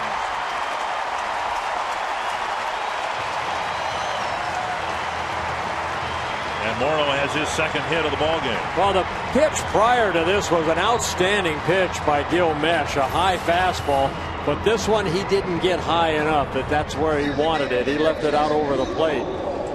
And Justin taking advantage of it. His 7th double of the year, his second hit, like you mentioned, Dick. And for the Twins, their 5th. In the 4th inning, Jason Kubel, the next hitter, led off the inning with a double into the right field corner. Went to third on a wild pitch, and then Kadire doubled him in with one into the left field corner.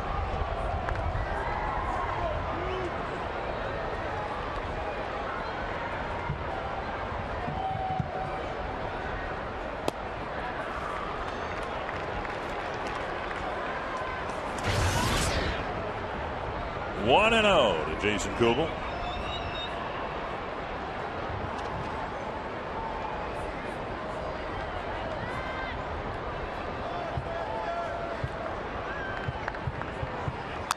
Ooh, big swing and a foul back. 1-1.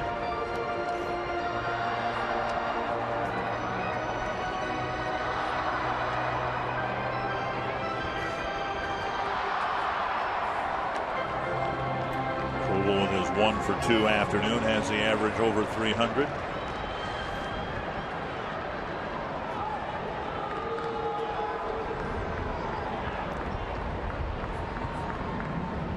Curve driven to right. Morneau setting up for a tag, and he'll try to advance. Myers' throw coming through, and it hits Scotty Alger. Morneau advanced. Mesh was backing the play up, but Scotty Alger gets drilled by Myers' throw.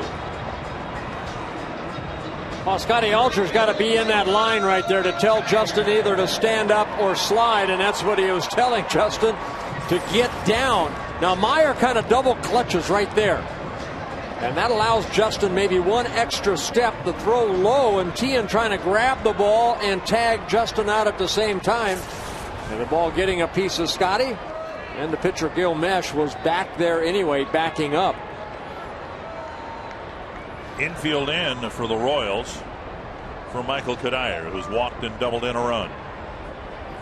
Third baseman Tian is playing a normal depth third base. Dug out by Buck.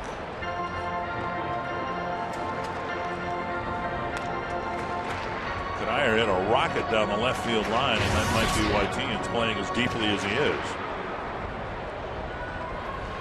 Kadire hooked a double into the left, or a changeup into the left field corner for a double. Another nice block by Buck. 2-0.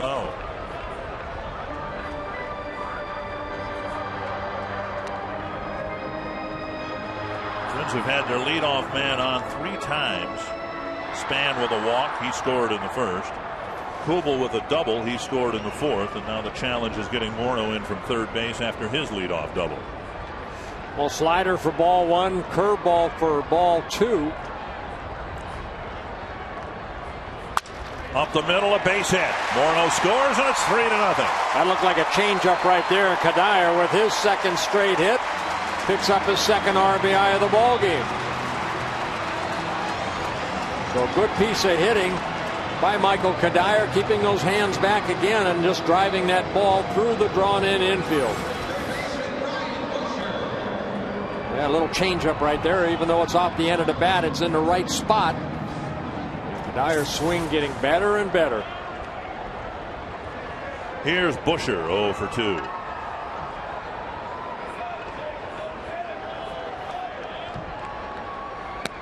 Strike on the outside corner. Detroit beat Cleveland and Cliff Lee today 3-1. Cliff Lee last year won the Cy Young Award. He was 22-3. He had 3 losses all year long, and now Cliff Lee is 1-4.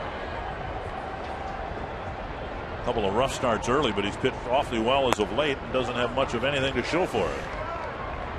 Yeah, this time last year Cliff Lee was 5-0 with a 0.96 ERA.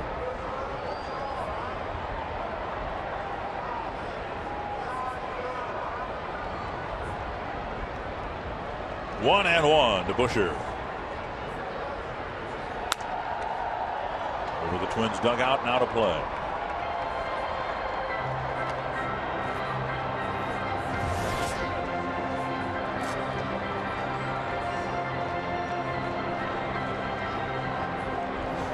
Well, 100 pitches for Gil Mesh. 58 have been strikes. And no activity in the Royal bullpen throughout. Tapped foul.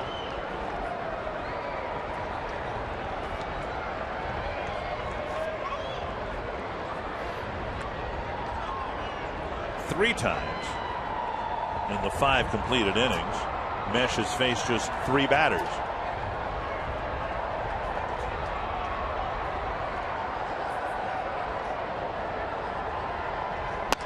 Up and in, 2-2. He had a long first inning.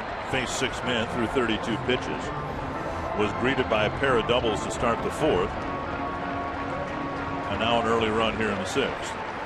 2 outings ago in Cleveland, he threw 113 pitches in 7 1/3 innings.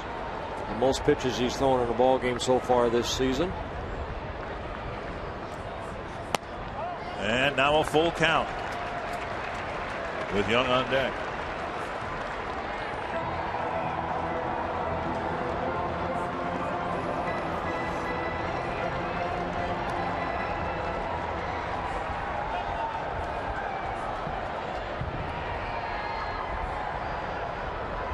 See if the Twins send Kadire here on the 3-2 pitch.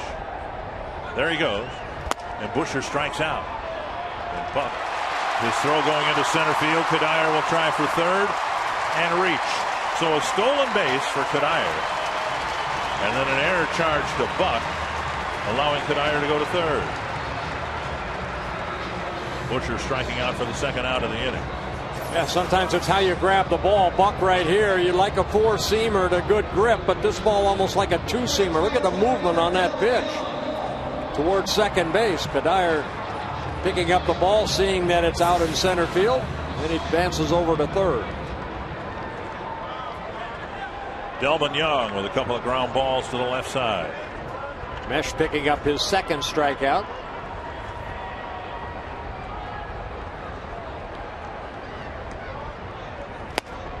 Strike on the outside corner.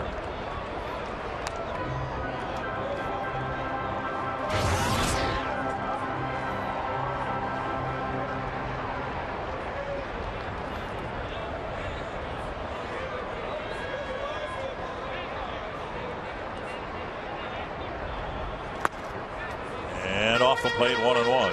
Yankees are rained out today against the Angels. Toronto's beaten Baltimore. White Sox will play at Texas tonight, hoping for an uninterrupted game. They had rain delays last night, just about equal to the length of the game. 2-1. Yeah, we want to wish the best to the Dallas Cowboys, the players that got hurt when that tent collapsed on them. Some severe weather going through Texas. Yeah, the practice facility. 2-1 to Delman Young.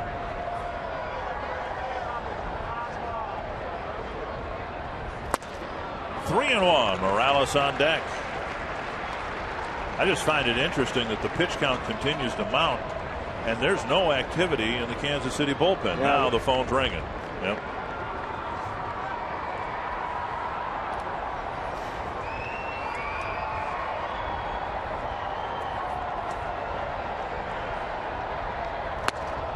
Three and two. Well, good breaking ball right there in a fastball situation. Delman looking fastball, swinging through the breaking ball.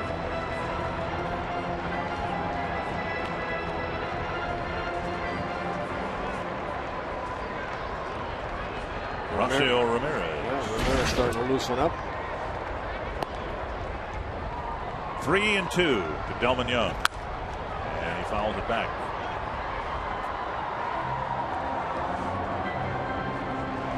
Well, he might not win the ball game. In fact, Mesh may get tagged with a loss, but he's won a lot of points in the Kansas City dugout for taking this game nearly through 6 innings.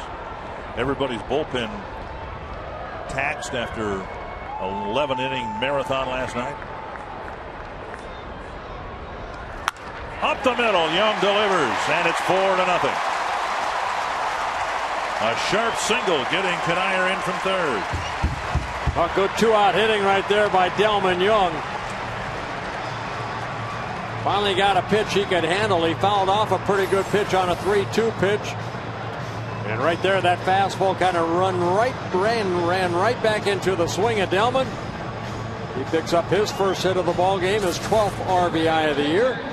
And it's a 4-0 Twins lead.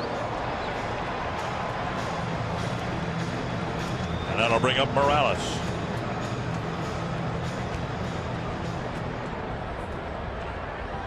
And the score mounts for Baker.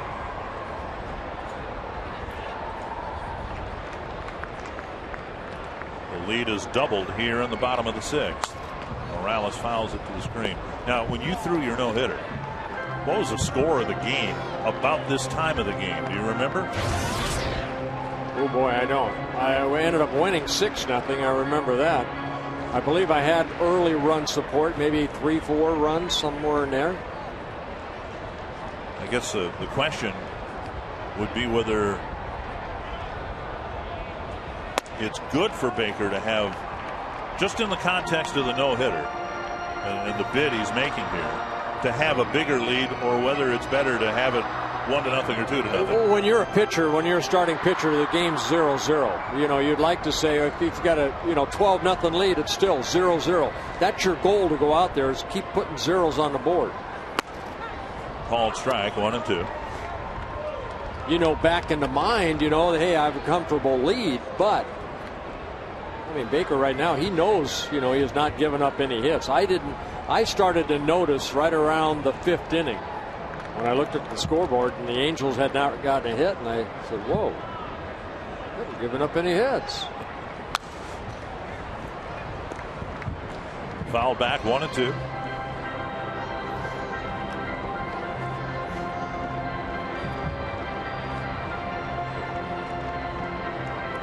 Buddy, I remember that no-hitter that I pitched. There were some great defensive plays behind me. We've seen some great defensive plays behind Baker so far, so you need that.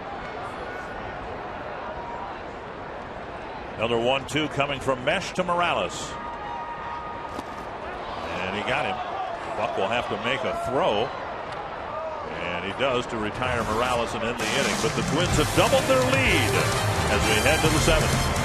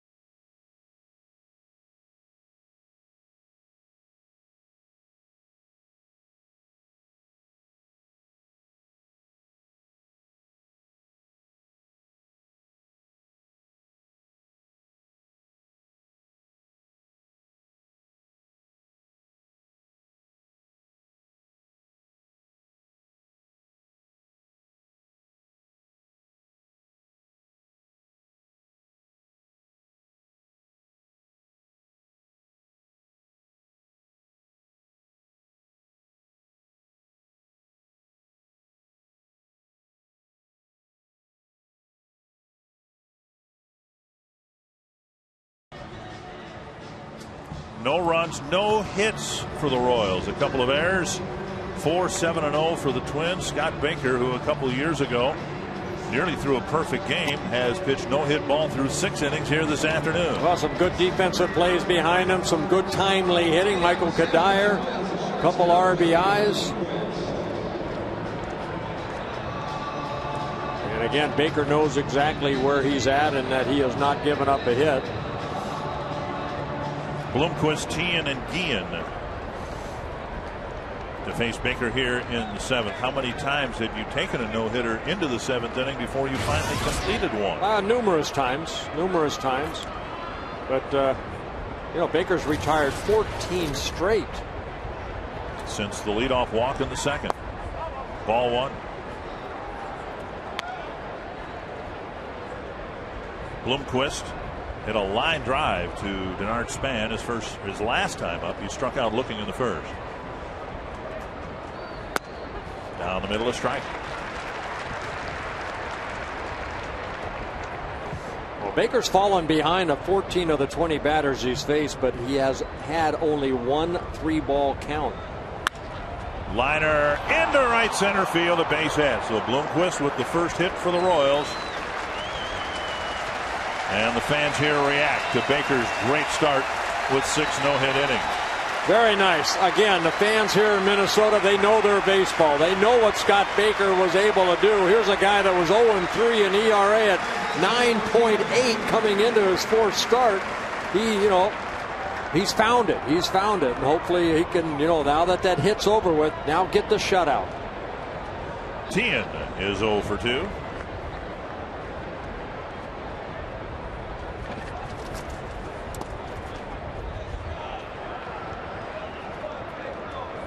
Ball 1.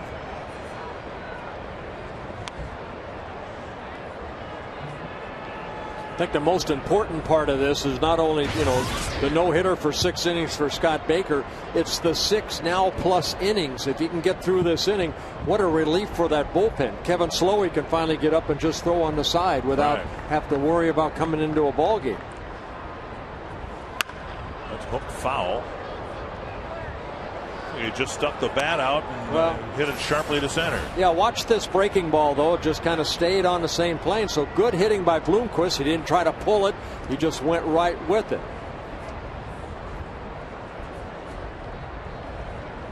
Now the Twins concerned enough about what Baker had done in his prior starts to hold Kevin Slowey out of his bullpen session. Baker with 2 starts of less than 5 innings. And the taxed bullpen, the result of the 11 innings we played last night and the 2 shorter starts earlier in this series. But if Slowey doesn't make his bullpen session here in the later innings, he'd probably do it tomorrow in Detroit. 1-1. And Tian gets the 2nd Kansas City hit. So 1st and 2nd, nobody out, and the Royals are threatening here in the 7th. The Capital One game summary with the Twins up 4-0. Well, Scott Baker, we talked about the no-hitter, but he's had some good offensive help behind him. Michael Kadire with that RBI double. And then Kadire, we just saw it in the 6th inning, an RBI single that scored Justin Morneau. So not just the first 2 hits for the Royals, but they come to start an inning. 2 runs the Twins got in the bottom of the 6th. Important now because Guillen, a dangerous hitter, up with 2 men aboard and nobody out.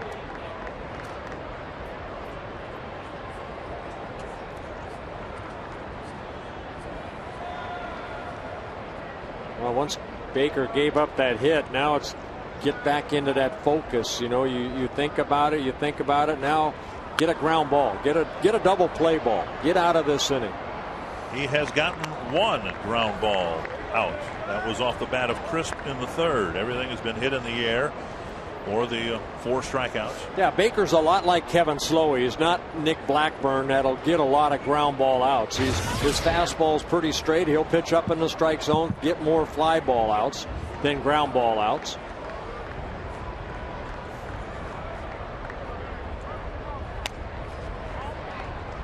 Two strikes. Again, fouling it right off the end of the bat.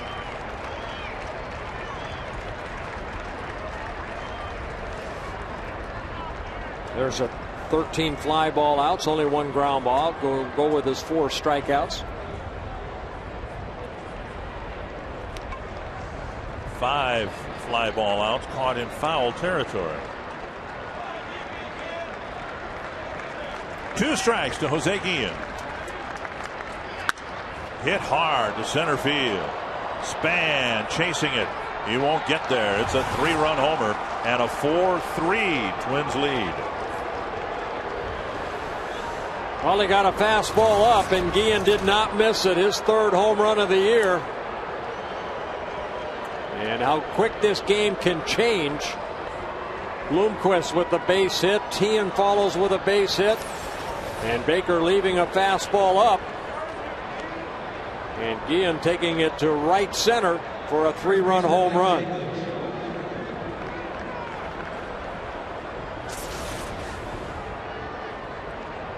On an 0-2 pitch. Guillen draws the Royals to within 1, and now here's Mike Jacobs.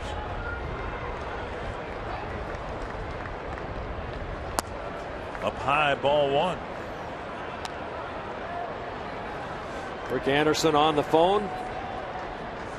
Baker, who had retired 15 in a row, still looking for his first out of the 7th inning. 2-0.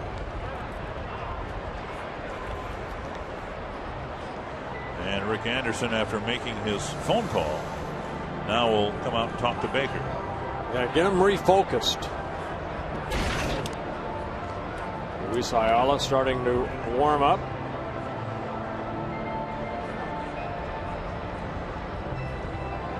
Oh, we have a break right here. I'd like to say happy 86th birthday to May Carlstead from Mayville, North Dakota.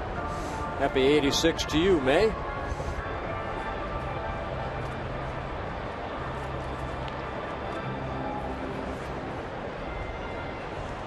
Not sure exactly where Mayville is. Mayville, North Dakota. We'll find out here.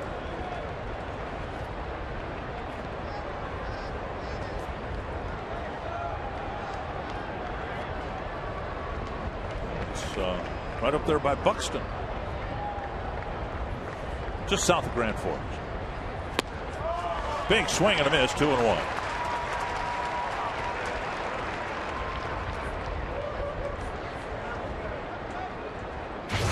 Jacobs with a couple of foul outs to Busher.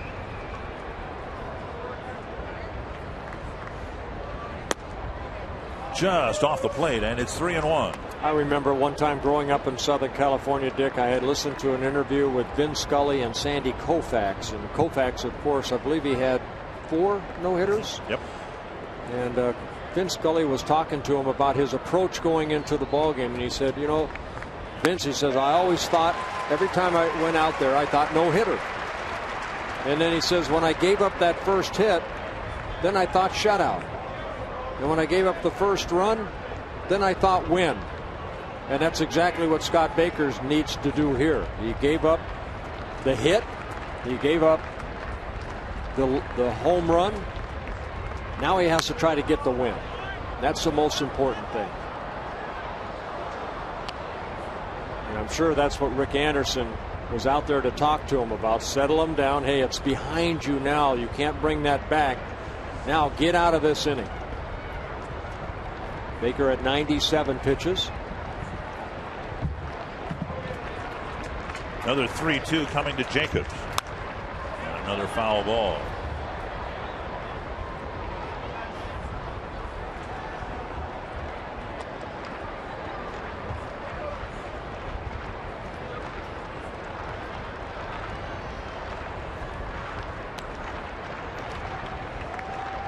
You look back in the 6th inning, prior to the 2 base hits and the home run, and the Royals hit a couple of balls hard in that 6th inning. A line out to Cuddyer and a line out to Young.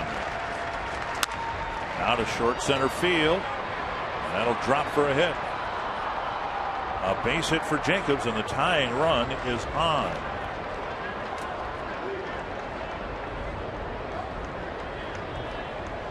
And Scott Baker has thrown 99 pitches. The Twins and Mariners here at the Dome next Friday night And it's a Cub Foods Fantastic Friday presented by Land O'Lakes Milk. Buy a ticket in the home run porch, get a free half-gallon of Land O'Lakes Milk, chocolate milk, or orange juice. Cub Foods Fantastic Friday tickets are available at twinsbaseball.com or call 800-33-TWINS. Here is David DeJesus.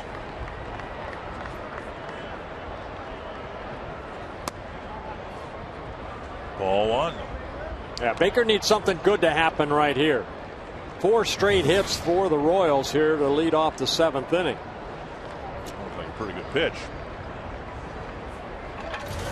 The 100th of his afternoon. 4 hits in succession here in the 7th after the Royals were held without a hit through 6.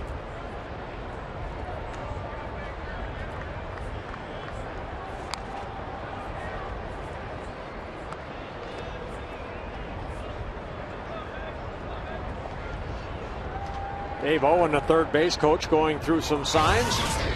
DeJesus picking him up. He squared around a bunt right there. Well, Baker threw to first.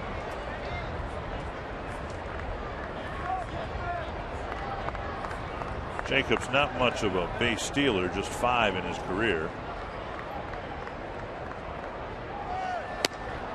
2-0. And as sharp as he was, retiring 15 in a row, Baker looking now like a pitcher who's lost it. Well, you know what? He's kind of now moping around the mound rather than before. He was a little more aggressive, taking a little more time, stepping off. Ayala is warmed up. And it just shows you, Dick, how quick this game can turn around. 3-0. And DeJesus on ball 1, and then on the throw over to first, squared as if he was going to bunt, and the Twins ran into that problem last night. Craig Breslow in a sacrifice situation. Yeah, this situation here, you can't be satisfied that you pitched a no-hitter for 6 innings. You need to get through this inning right here. You need an out. You need to throw strikes. We'll see if he can throw one here to DeJesus. Nobody out. And there's one on the outside corner.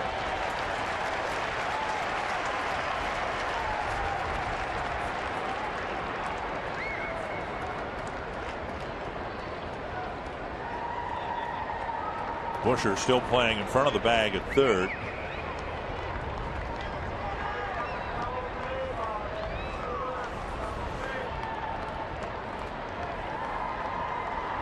Three and 1 to David DeJesus.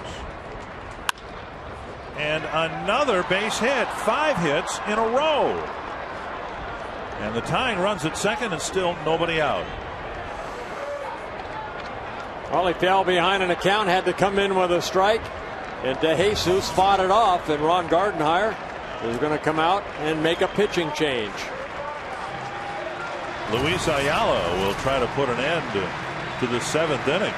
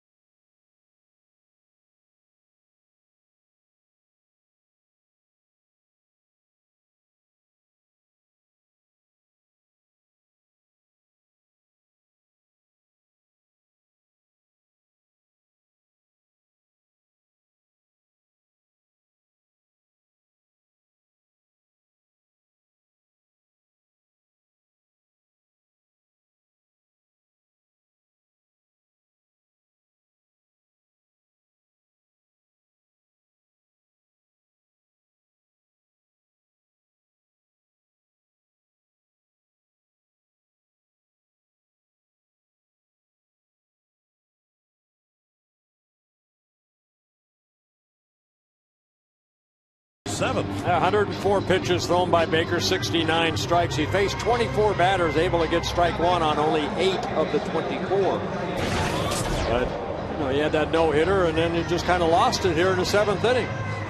You look, after striking out Buck, Meyer hit the ball on the screws, and Kadair made a great catch, and then Crisp hit the ball hard, and then the 5 straight hits in the 7th. We'll see what Luis Ayala can do with a couple of men aboard and nobody out. Ayala making his 13th relief appearance. He worked in last night's 11-inning loss to the Royals. Worked an inning in the 3rd through 23 pitches.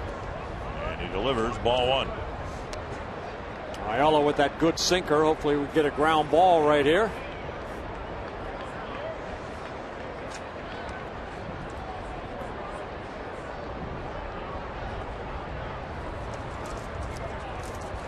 One and 0 to Callaspo. Popped up, foul. It'll reach the seats. 1-1.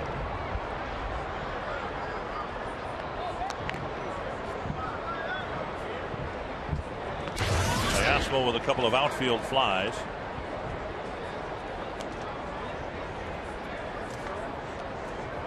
One to left. Young making a catch, and then Kadair's catch in the 5th inning in foul territory.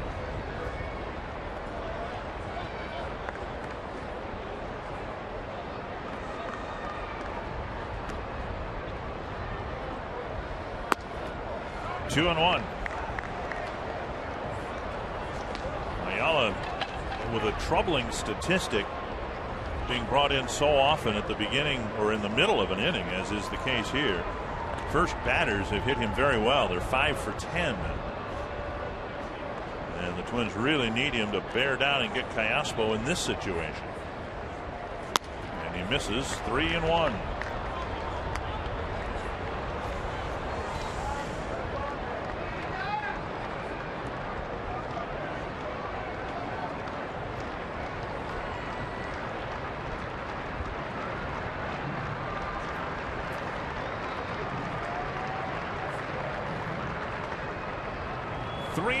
To Callaspo. That's on the outside corner, and it fills the count.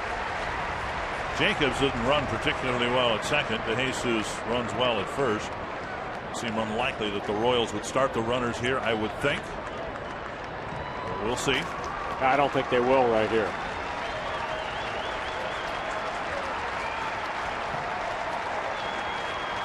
Full count to the Royals second baseman. Runners stay put. Driven to left center field. Long run for Span. Can't make the play. He retrieves it. Young retrieves it. 2 runs are going to score. Callaspo to third. And an out on the play. But the Royals have taken a 5-4 lead.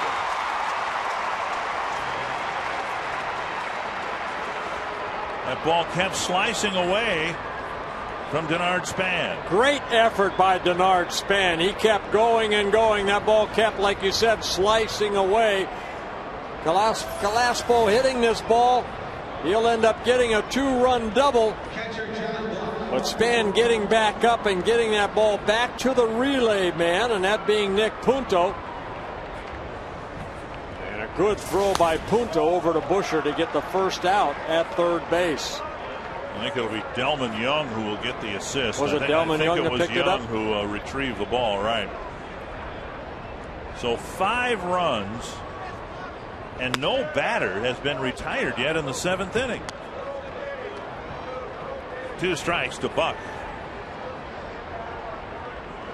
And another first batter getting a hit against Ayala.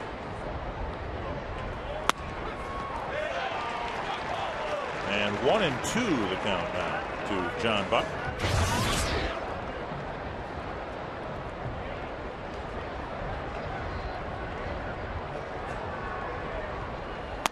What did we say Friday and again last night? The Royals, very determined team, coming back time and again on the Twins. And never more so than in this game. 4-0 the Twins had the lead. Baker sailing along. And now you look up and it's 5-4. Yeah, all of a sudden Baker's a pitcher of record on the losing side rather than the no-hitter he had for the first 6 innings. R.A. Dickey getting loose. And conversely, Gil Mesh, who seemed to be battling through 6 innings, completed 6, and right now is the pitcher of record on the winning side. 3-2.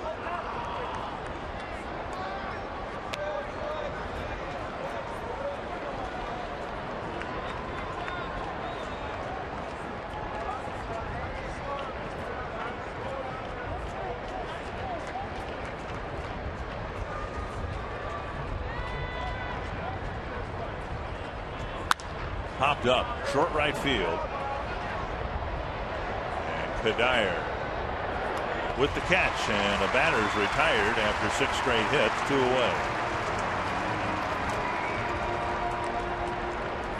And that'll bring up Mitch Meyer. Right fielder Mitch Meyer. Meyer with a couple of outfield flies, 1 fly ball and 1 line drive. Kadire made a great running catch on the warning track in right center field for the second out of the 6th inning. That seems about a week ago. Strike 1.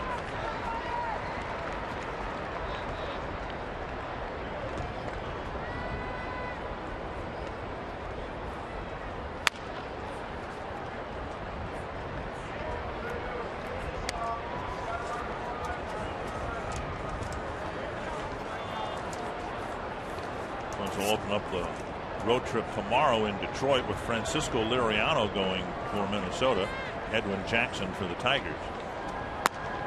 But at best, Liriano will take the mound in Detroit tomorrow, with he and Scott Baker a combined 0-7.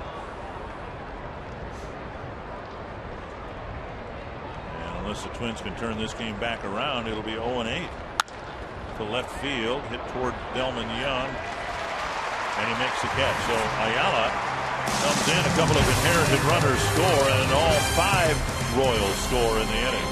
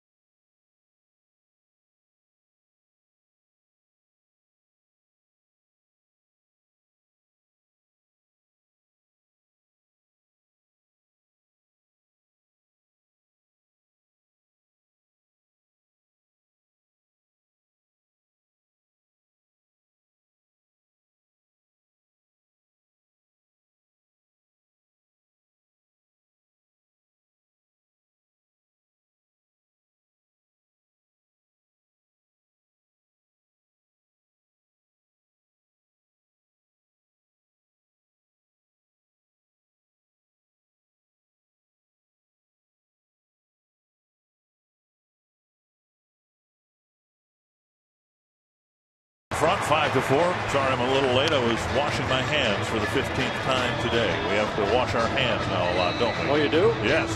You're supposed to. Well, Ayala lets a couple of inherited runners score as the first batter greets him with an extra base hit, and the Royals remarkably have a 5-4 lead, and Nick Punto will face Horacio Ramirez. Well, Ramirez pitched here on Friday night, an inning and 2/3. Did not give up anything other than he ended up getting a strikeout. Ramirez in that outing threw 13 pitches, 10 for strikes. He was in the starting rotation at the beginning of the year. And now in the bullpen. Ramirez made 1 start. He's worked a total of 10 innings. He's given up 15 hits with 4 walks and 6 strikeouts. In other years, we might have seen Jimmy Gobble, who was released by the Royals this year. And here as anybody can tell, Jimmy Gobble is in the Chicago White Sox system at AAA, trying to work his way back to the major leagues. I think somebody else picked him up and released him, and Jimmy Gobble, I think, is on his third team. You know, you look at this game of baseball, I mean, we almost saw a no-hitter. For 6 innings, we were thinking no-hitter. Right. And how this game could change just like that. Unbelievable. Now the Twins, they find themselves down a run, having to try to fight back. Punto bluffs a bunt, takes a strike. Punto switching over now to a right-handed batter, and that's been his weaker side here in the first 5 weeks of the season. By far, Punto, as a right-handed batter, just 1 for 18. And that was against a right-handed pitcher, the knuckleballer Tim Wakefield. He cracked a double against him. You know, credit Gil Mesh. I mean, you know, he didn't have the best stuff. He maybe has that sore back, but boy, he fought through 6 innings, ended up going 116 pitches. Fouled back, 1-2. And I'm sure Trey Hillman and Bob McClure are very, very proud of their right-hander.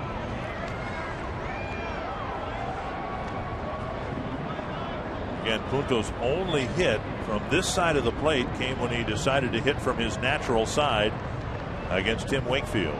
So he's not gotten a hit against a lefty this year, and he does not get a hit against Ramirez. 1 away. And that'll bring up Denard Span. Ramirez in his second stint with the Royals. He pitched for the Royals in 2000 last season and then traded over to the White Sox.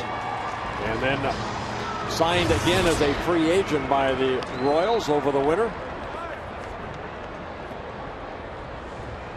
Here's Span. Walked to start the ball game, scored a run, and he takes up high, ball 1. Ramirez, 29 years old, out of Carson, California, signed originally by the Braves. 1-1.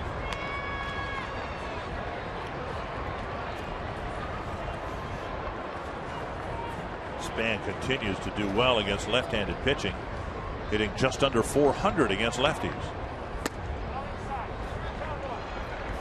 You know, the Royals, when they rallied for 5 runs, they did not draw a walk, but it sure seemed as if, at least when Scott Baker was out there, they battled in every at-bat. They worked the count and forced Baker to really work hard throughout that inning, and ended up getting the results that they wanted. Well, again, 24 batters he faced. He's only able to get strike 1 on 8 of them. Span gets an infield hit. Good play by Bloomquist, and for a moment, no one was at second base. Bloomquist was way over in the hole. In fact, I think he ended up in foul territory. The second baseman, Tayaspo, was backing up first base, and had Span wanted to have been aware of it, I think he'd have been able to get an infield double. Well, great effort right there. A normal runner, say a John Buck or someone like myself that's very, very slow, he's out. But with Denard Span, he made a nice play. And now Harris with a runner aboard. Harris 6 for 18 against lefties. Little fly ball to center. And Chris coming in, and it's the right fielder Meyer making the catch. 2 away. From little leaguer to high schooler, if you want to get your kid ahead of the game, you can sign up for a summer youth training camp.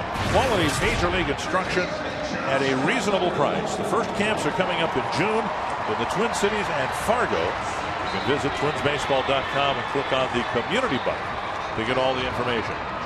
Well, here's Morneau with 2 hits, a single and a double, and a run scored.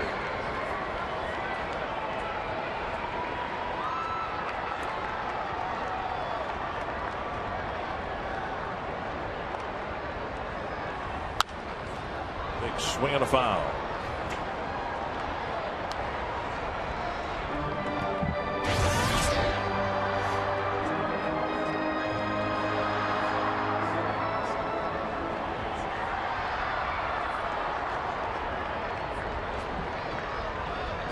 Need to turn this game back around. Span with the 7 steals in 7 tries, and as you said, the Twins now 17 for 21. Not a lot of stolen bases, but a very good stolen base percentage. Swing and a miss, 0-2, and Buck has some problems finding the pitch. Now Ramirez basically a fastball slider type pitcher. That's a very good fastball, good location, and Justin swings through it. The best, the most productive Twins hitters against left-handed pitching are all left-handed hitters.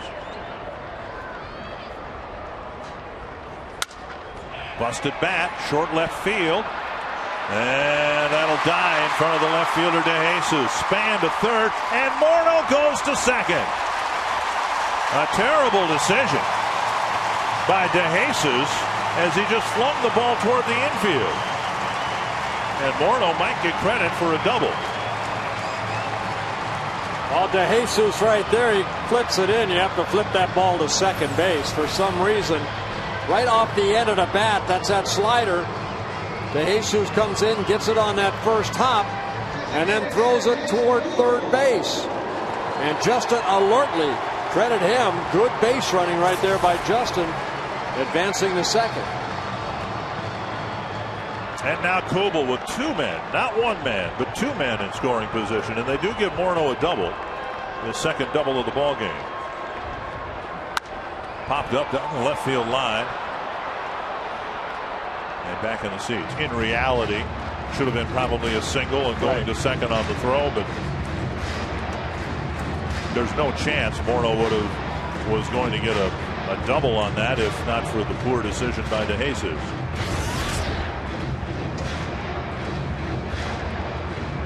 Twins need to come back on the Royals like the Royals have come back on the Twins. Span at third, Morneau at second, but 2 away here in the 7th. Very high, 1-1.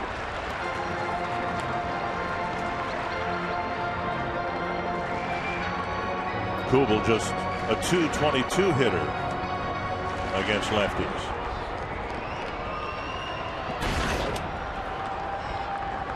Jose Maharis and R.A. Dickey. Another one popped up down the line. This one might be playable for DeJesus. Never saw it. Never saw it. He was backing away from what he thought might be a ball suddenly appearing and conking him in the head. I was watching him. Yes, I was too. I did not see the flight of the ball. We don't see a lot of the flight of the ball, you know, from our angle here up in the booth. But during the daytime, a lot of times, because of the lightness of the Teflon baggie, balls are lost. You hit by the mound, but DeJesus pulled up short of the mound. 1-2 to Kubel. Fouled back.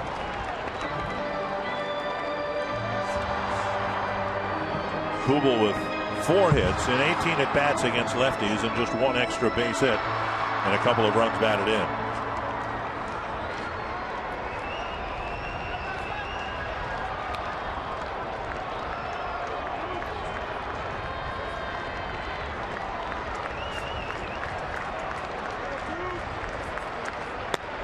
Just off the plate. A very close pitch. Oh, that's a strikeout pitch right there. Ramirez trying with that slider. And Buck holding it for a second, not getting the call. So another strike, another swing for Kubel. And they got him on the next breaking ball. The Twins strand a couple in scoring position to the 8th with the Royals in front by a run.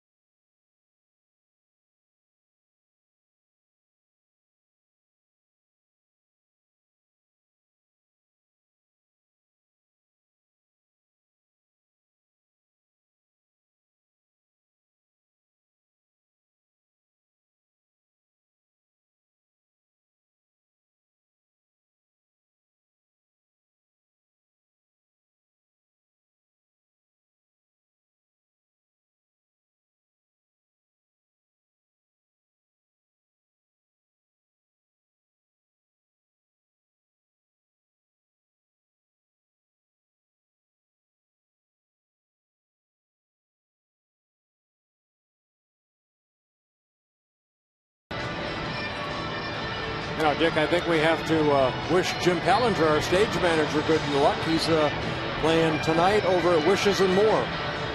Okay. And I think they're roasting Scott Ledoux tonight, Wishes and More, over at the Marriott City Center in the ballroom. Good luck to you and your kitty cats, your band.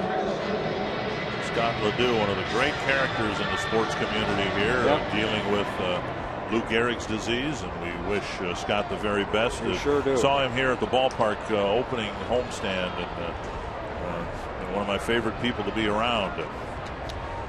And we hope for a good event tonight. You're wishing Jim good luck. I wish good luck to the listening audience.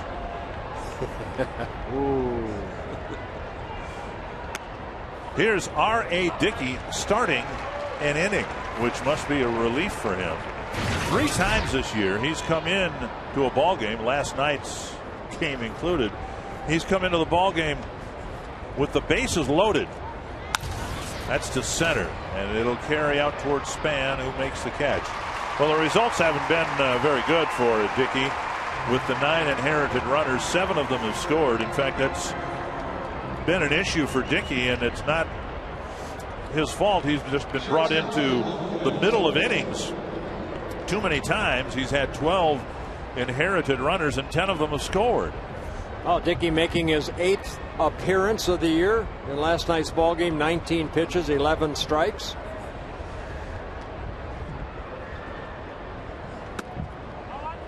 One down. Last night, Dickey must have felt defenseless out there, because he was told fastballs and sliders, don't throw your knuckleball, because Joe Mauer had caught Dickey once in the bullpen in spring training, but had virtually no experience in catching a knuckleball. And as Ron Gardenhire said, when he did in spring training, it was an adventure. And so they told Dickey, just go out and throw fastballs and sliders and try to get a ground ball double play. Well, it's kind of tough, I mean, that situation. Morales has caught Dickey's knuckleball, and he's done a very good job of handling that knuckleball, and it'll take Joe Mauer a while to get used to that bigger glove. And right now, 3 straight fastballs to Bloomquist. And Dickey's not, like I think we've talked about it before, he's not like Phil or Joe Niekro or even Wakefield that has a fastball that's in the upper 70s, maybe mid 70s. Dickey can get that fastball still in about 87, 88. 3-2. Bloomquist got the first Kansas City hit off Baker, leading off last inning. Now another one to center. Span racing back, and he nearly knocked it over the fence. Bloomquist around second, on his way to third, and Span still in a heap on the warning track. We have seen some balls. We've seen some outfielders think that they have a track on a ball, and it seems like it's carrying pretty good. Is there a channel here at the Dome? But Span going a long way for this ball, has to kick it in another gear right here, because that ball drifted a little bit further than he anticipated. It actually hit the heel of his glove and bounced out. And it's Michael Kadire that was able to get it back in. Infield in now for the Twins. Earlier the Royals had the infield in 3 times. Now the Twins bring it in for Tien's at bat, and you've got that runner at third and a flutter ball pitcher on the mound. Morales really concentrating here, and he makes a nice stop of ball 1. Tien backed up Bloomquist's single with 1. Tien hit a home run. Single, double followed, and before you knew it, Baker was out of the game, and the Royals had put up a 5 spot. 2-0. That triple by Bloomquist, that's now the Royals' 11th triple of the season. I mean, there's not anybody else close in the American League. The most are the Twins. They have 6 triples. 3-0 with Guillen on deck.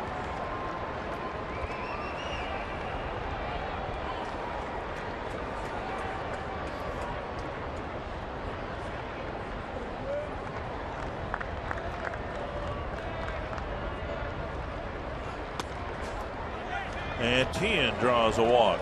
And there are runners at first and third. And Guillen, who cranked a 3-run home run in the 7th, comes up with 2 men aboard in the 8th. Designated hitter Jose Guillen. Yeah, Guillen in his last at bat hit his 3rd home run of the year, a fastball out over the plate that he went with and hit it out toward right center for that 3-run home run.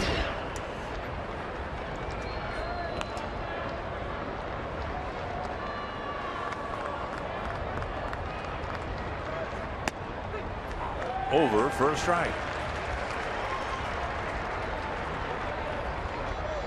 I suppose if you've got control of your knuckleball. 1 strike to Guillen. Deep to left field. Won't be caught. Hard off the wall. It'll score 1 more. They're going to try to send the second runner. Punto's throw to the plate in plenty of time to get Tien. And Guillen will go to second base. Morales is not the biggest of catchers. And he took a pounding from the hard-charging Mark Tien and held on to the ball.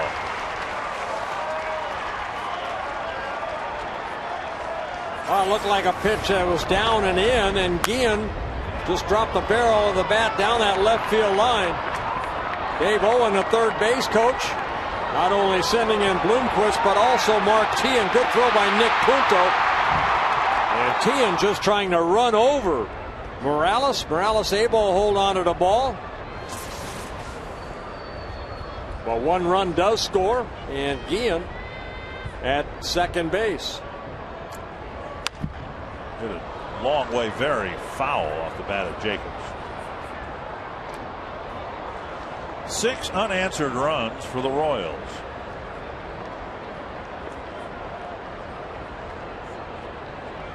And the Twins find themselves down by a couple of runs.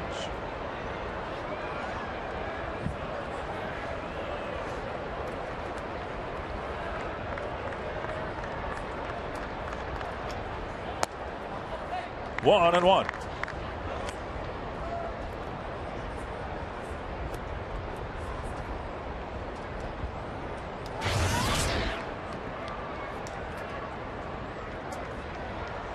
Last couple innings, the Royals hitters are 8 for 11.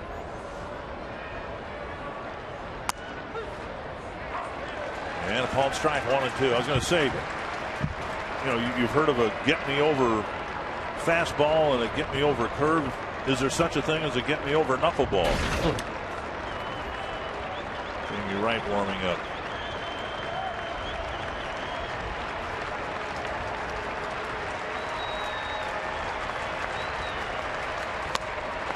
And Jacobs strikes out, the inning ends, but the Royals get a couple more extra base hits and another run in the 8th.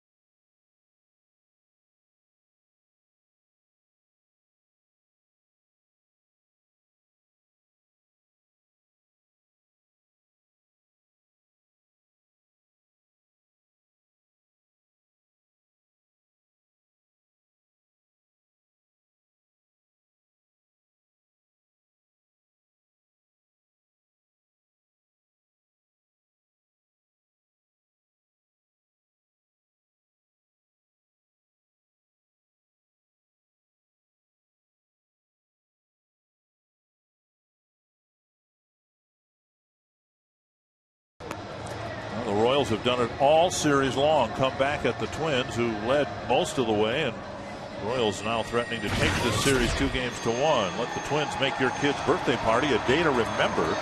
The Broadway Pizza Birthday Pack allows you to bring the birthday boy or girl and their friends to a game and get plenty of extras. Well, today it's Jose Guillen that's had that 3-run home run, then the RBI double. 4 RBIs in the ball game on a couple hits. Third pitcher used by Trey Hillman. It'll be Jarrett Wright coming out of the bullpen, making his 11th relief appearance. Excuse me, Jamie Wright. Strike one to Kadire, who's reached all 3 times. A walk in the first, an RBI double in the fourth, and an RBI single and a run scored in the 6th. Billy Butler in at first base, replacing Jacobs. 1-1. Wright worked in last night's ball game, an inning and 2/3. He gave up a couple of hits through 18 pitches.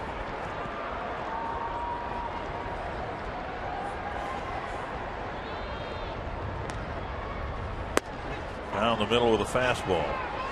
Royals traded away a lot of good relief pitching during the offseason. But Wright has pitched well. Tejeda has pitched well. Soria among the best in the game. Cruz has done well. Kadire to right field. And a sliding catch by Mitch Meyer and Wright. One away. Well, a couple times we've seen Meyer make a nice catch. He did it off a bat of Brendan Harris in the first inning.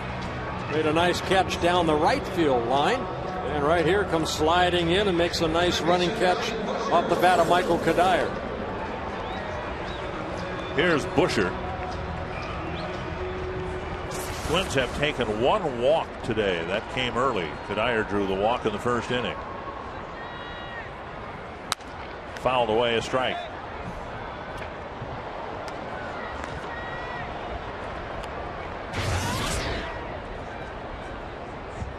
Denard Span walked to start the ball game. So 2 walks, but they both came in the first inning.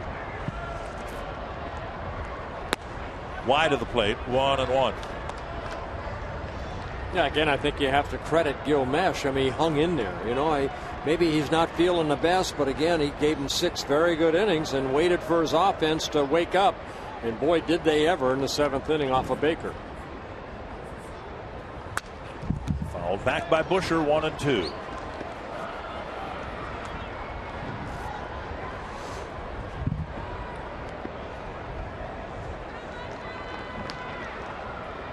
Jamie Wright, 34 years old, in his second stint with the Royals. He pitched for the Royals in 2003. Breaking ball got him, and Busher's gone on strike. Well, he went to spring training as a non-roster invitee and made the ball club. Good hard breaking ball there. Wright picks up a strikeout. Twins running out of outs here. Delman Young drove in the last Twins run with a single in the 6th.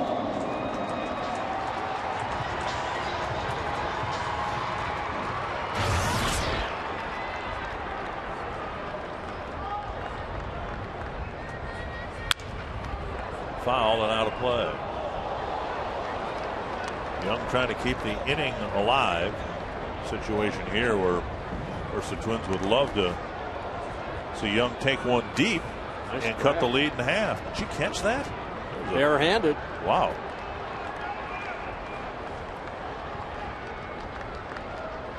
Inside, 1-1. Wright has given up a couple of home runs in 15 1/3 innings now.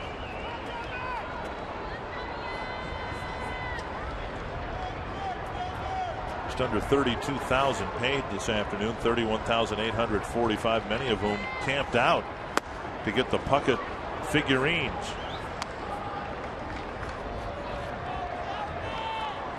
One and two.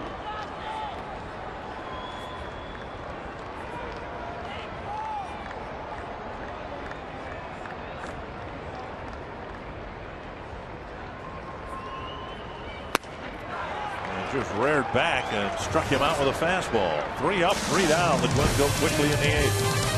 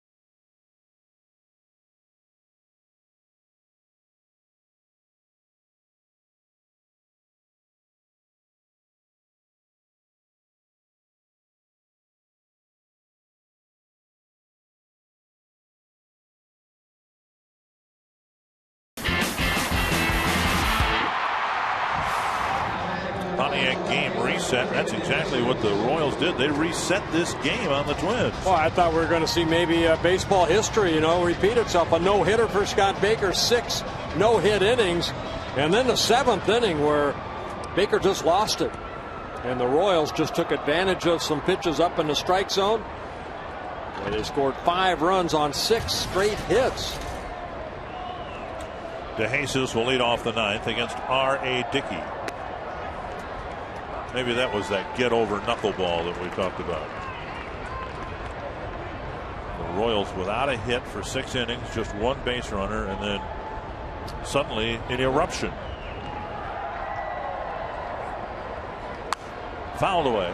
You saw Trey Hillman right there. We talked about the history of the Royals back in the late 70s, early 80s, winning the World Series in 1985. That's what Trey Hillman wants in his 2nd season with the Royals. Just give me consistent play night after night. If you're down, find a way to get back into the ball game. And he's got to be very proud of his players here today, the way that they didn't give up, even though a guy's out there for 6 innings and shutting you down, that they kept. Bloomquist got a pretty good pitch to hit the other way. He did. Tian got the base hit. Guillen got a fastball up. Boom. And all of a sudden it's 4-3. And now they have a 6-4 lead. What do we say about the Twins?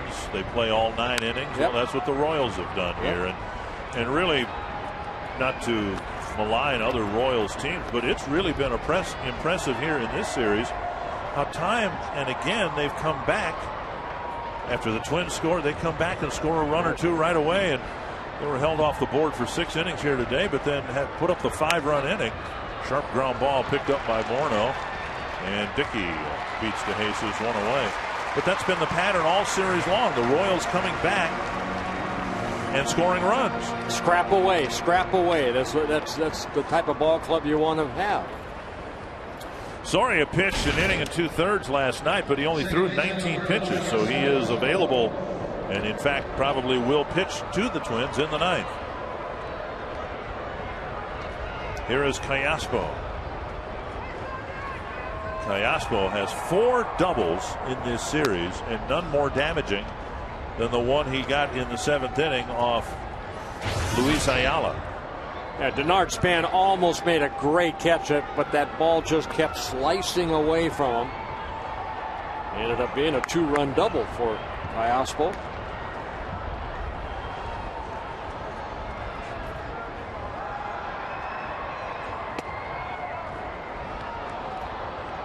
Two and 0. You really don't know about a team until you see them in person.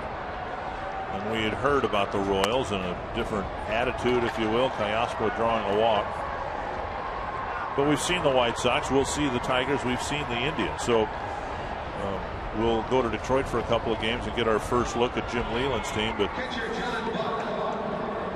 Cleveland a little out of sync so far this year, but everyone's expecting them to be good. This is going to be, I think, a great divisional race. And somebody's going to end up winning it.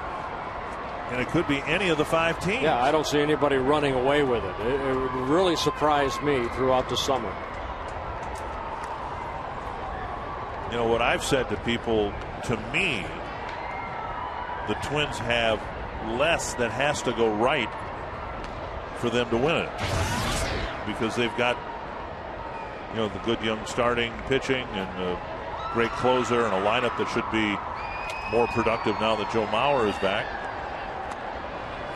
But look at this Kansas City team. They've got all that in place too. They've got a pretty good young starting pitching. Ponson the exception there. If anything, their bullpen is better than the Twins right now. At least the numbers would dictate that. Here's a liner to left and a base hit for Buck. And so with 1 out, the Royals are putting together another threat here in the 9th. Well, Buck looking for the fastball right there. Dickey fell behind. He got the fastball, gets his first hit. And now Mitch Meyer. Right fielder, Mitch Meyer. Now we may get to that point again sometime, but I think it's safe to say that gone are the days when the Twins would go 14-4 against somebody in the division. know, the Twins kind of ruled the roost there for a while, and they always beat up on the Royals and the Tigers. You just don't imagine that happening this year.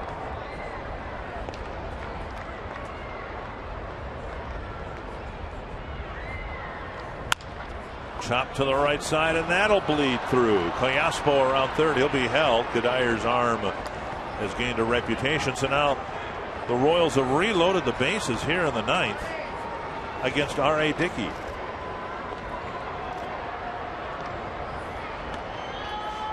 Well, you get no hit for 6 innings, and then the last couple 2+ innings, 2 1/3, everybody in the lineup has a hit except Coco Crisp.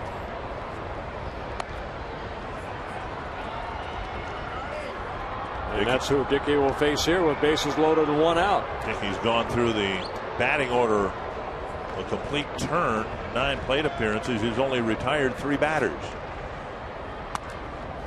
Ball 1.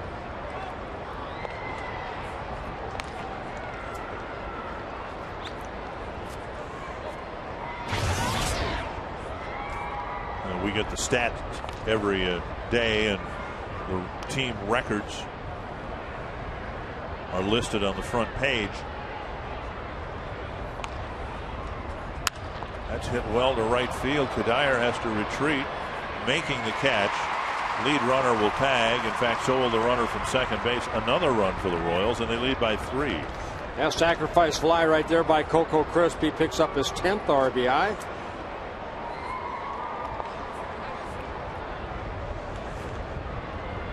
Right now, not only is the division clumped together, but starting play today, the Royals are 7-7 within the division. The White Sox are 4-4. The Tigers are 4-3. The Twins are 4-4, and the Indians are 5-6. I mean, the old saying they're beating up on each other is very much been the case. That's the American League Central mark overall, but within the division there's balance in the head-to-head competition.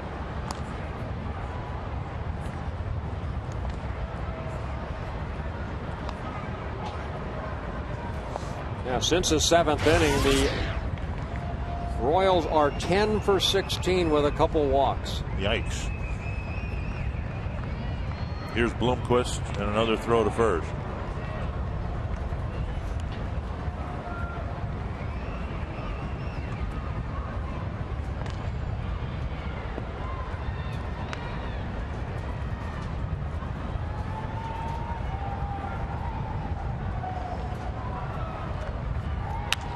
Bouncer to second. Harris has it. Over to Punto to end the inning. But a couple of hits, a walk, a sacrifice fly, and the Royals push their lead out to 3.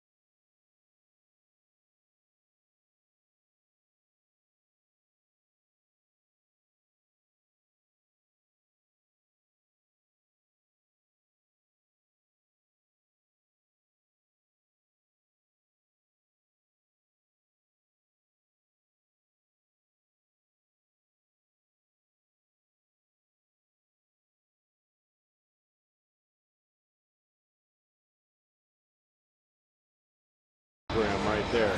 All the kids here had a chance to walk down on the field, circle the field, and go back to their seats. Well, you were all here by circle. I love that DARE program. Joaquin Soria got the win in the ball game last night. Yeah, first time he was on the mound since April 22nd due to some stiffness in that right shoulder, but now back-to-back days. You said inning and 2/3 last night, only 19 pitches used. 5 for 5 in save opportunities. Young man saved 42 ball games last year for the Royals. Morales, Punto, and Span trying to get something going here. Get the middle of the lineup up in some meaningful at-bats. And Morales takes strike one. 1 for 3 on the afternoon.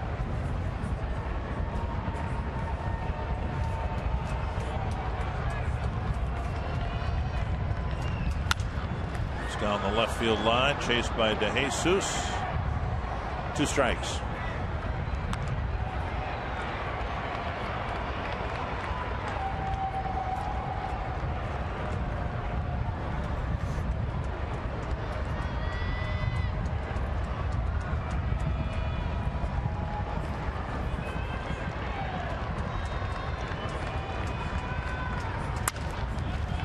Ball to the right side. And Butler backpedaling, catches the ball, finds the bag, 1 away.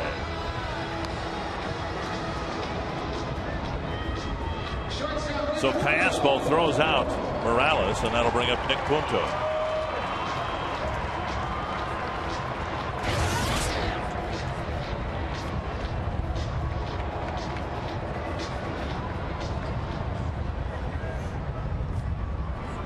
I'm all for it, depending on where they're sitting.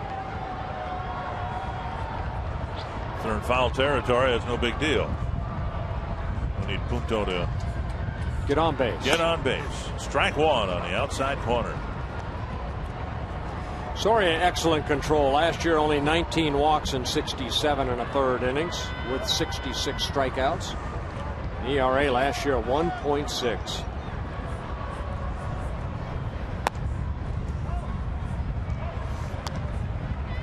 Made the All-Star team last year.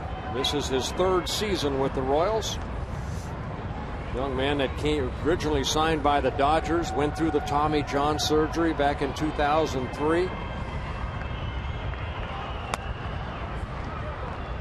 Twins had a Rule 5 pickup that they got from the Marlins. A guy named Johan Santana. Yeah. That turned out to be a pretty good pitcher and still is. Long time ago, they got Shane Mack in the Rule 5 draft, and he turned out pretty good too. Yes, he did.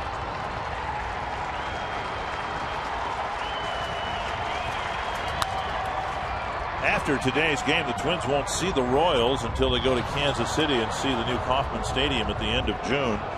And I wouldn't be surprised to see the Royals right where they are right now, at or near the top of the division.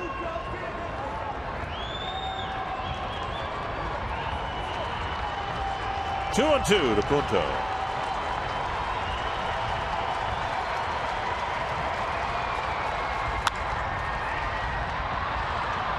Caught in the air by Bloomquist for out number 2. Punto with a liner. And Bloomquist just barely caught it on the fly. 2 down. Yeah, Punto hit it sharply, and Bloomquist getting it before it can hit the turf. And showing umpire Mark Carlson at third base that called Nick Punto out. Last hope for the Twins is Denard Span, hoping to keep the game alive for Joe Mauer, who's come out onto the on-deck circle. Ball 1. Mauer catching 11 innings last night, getting most of the day off, and we'll see if the Twins can get his bat in the game here in the 9th inning. 2-0.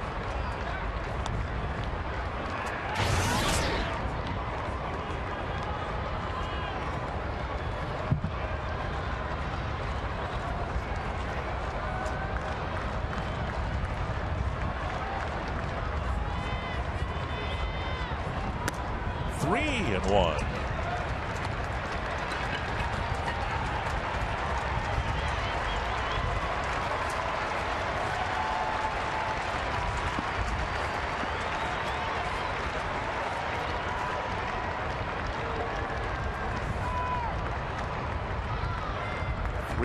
The count to Span. And now down the middle, 3-1.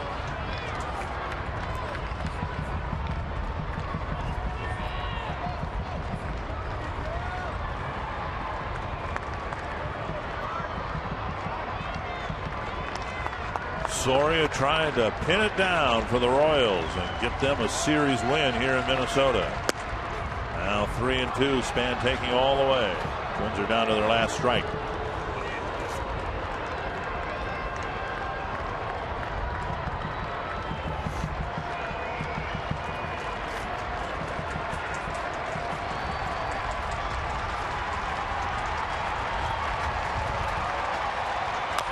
Chop toward the mound. Soria has time. And the ball up the line. Span is going to try for second. And he will reach.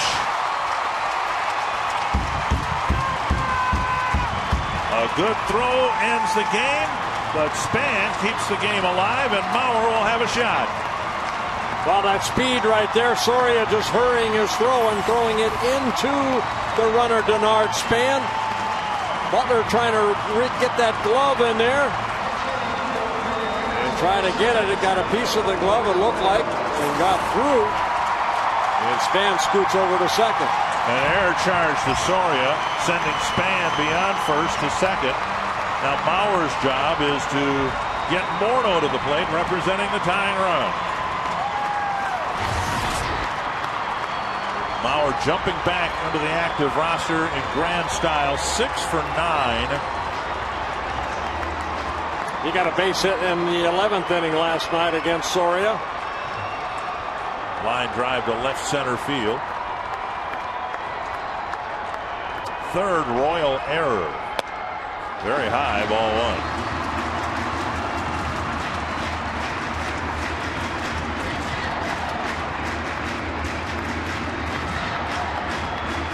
Harris had gone 0 for 4.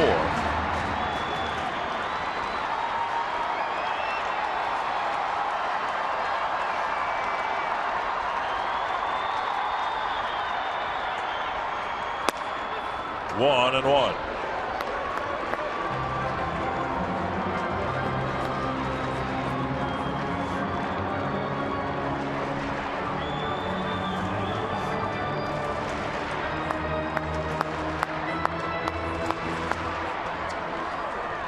Cameras are out.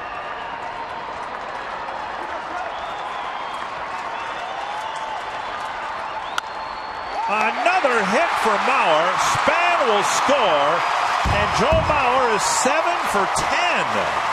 And Morneau will have his chance to tie it up.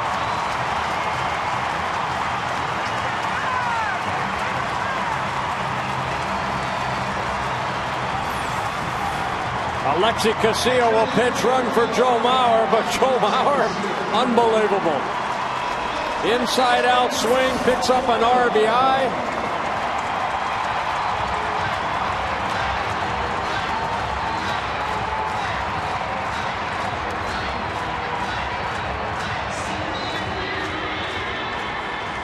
And so the Twins, hoping that their home run leader can get his 7th of the year to tie it up. And he takes strike one. I think we talked about this last night. One of the reasons Soria is so good, he keeps the ball in the ballpark. In just under 150 innings pitched, he's only given up 8 home runs. Hit right at Piaspo in short right field, and Soria gets his save, and the Royals get a series win. Improbable though it might have seemed at the time, they came back from 4-0 to take the lead in the 7th against a pitcher who had not allowed a hit prior to the inning. Well, after Scott Baker had the no-hitter for 6 innings, Bloomquist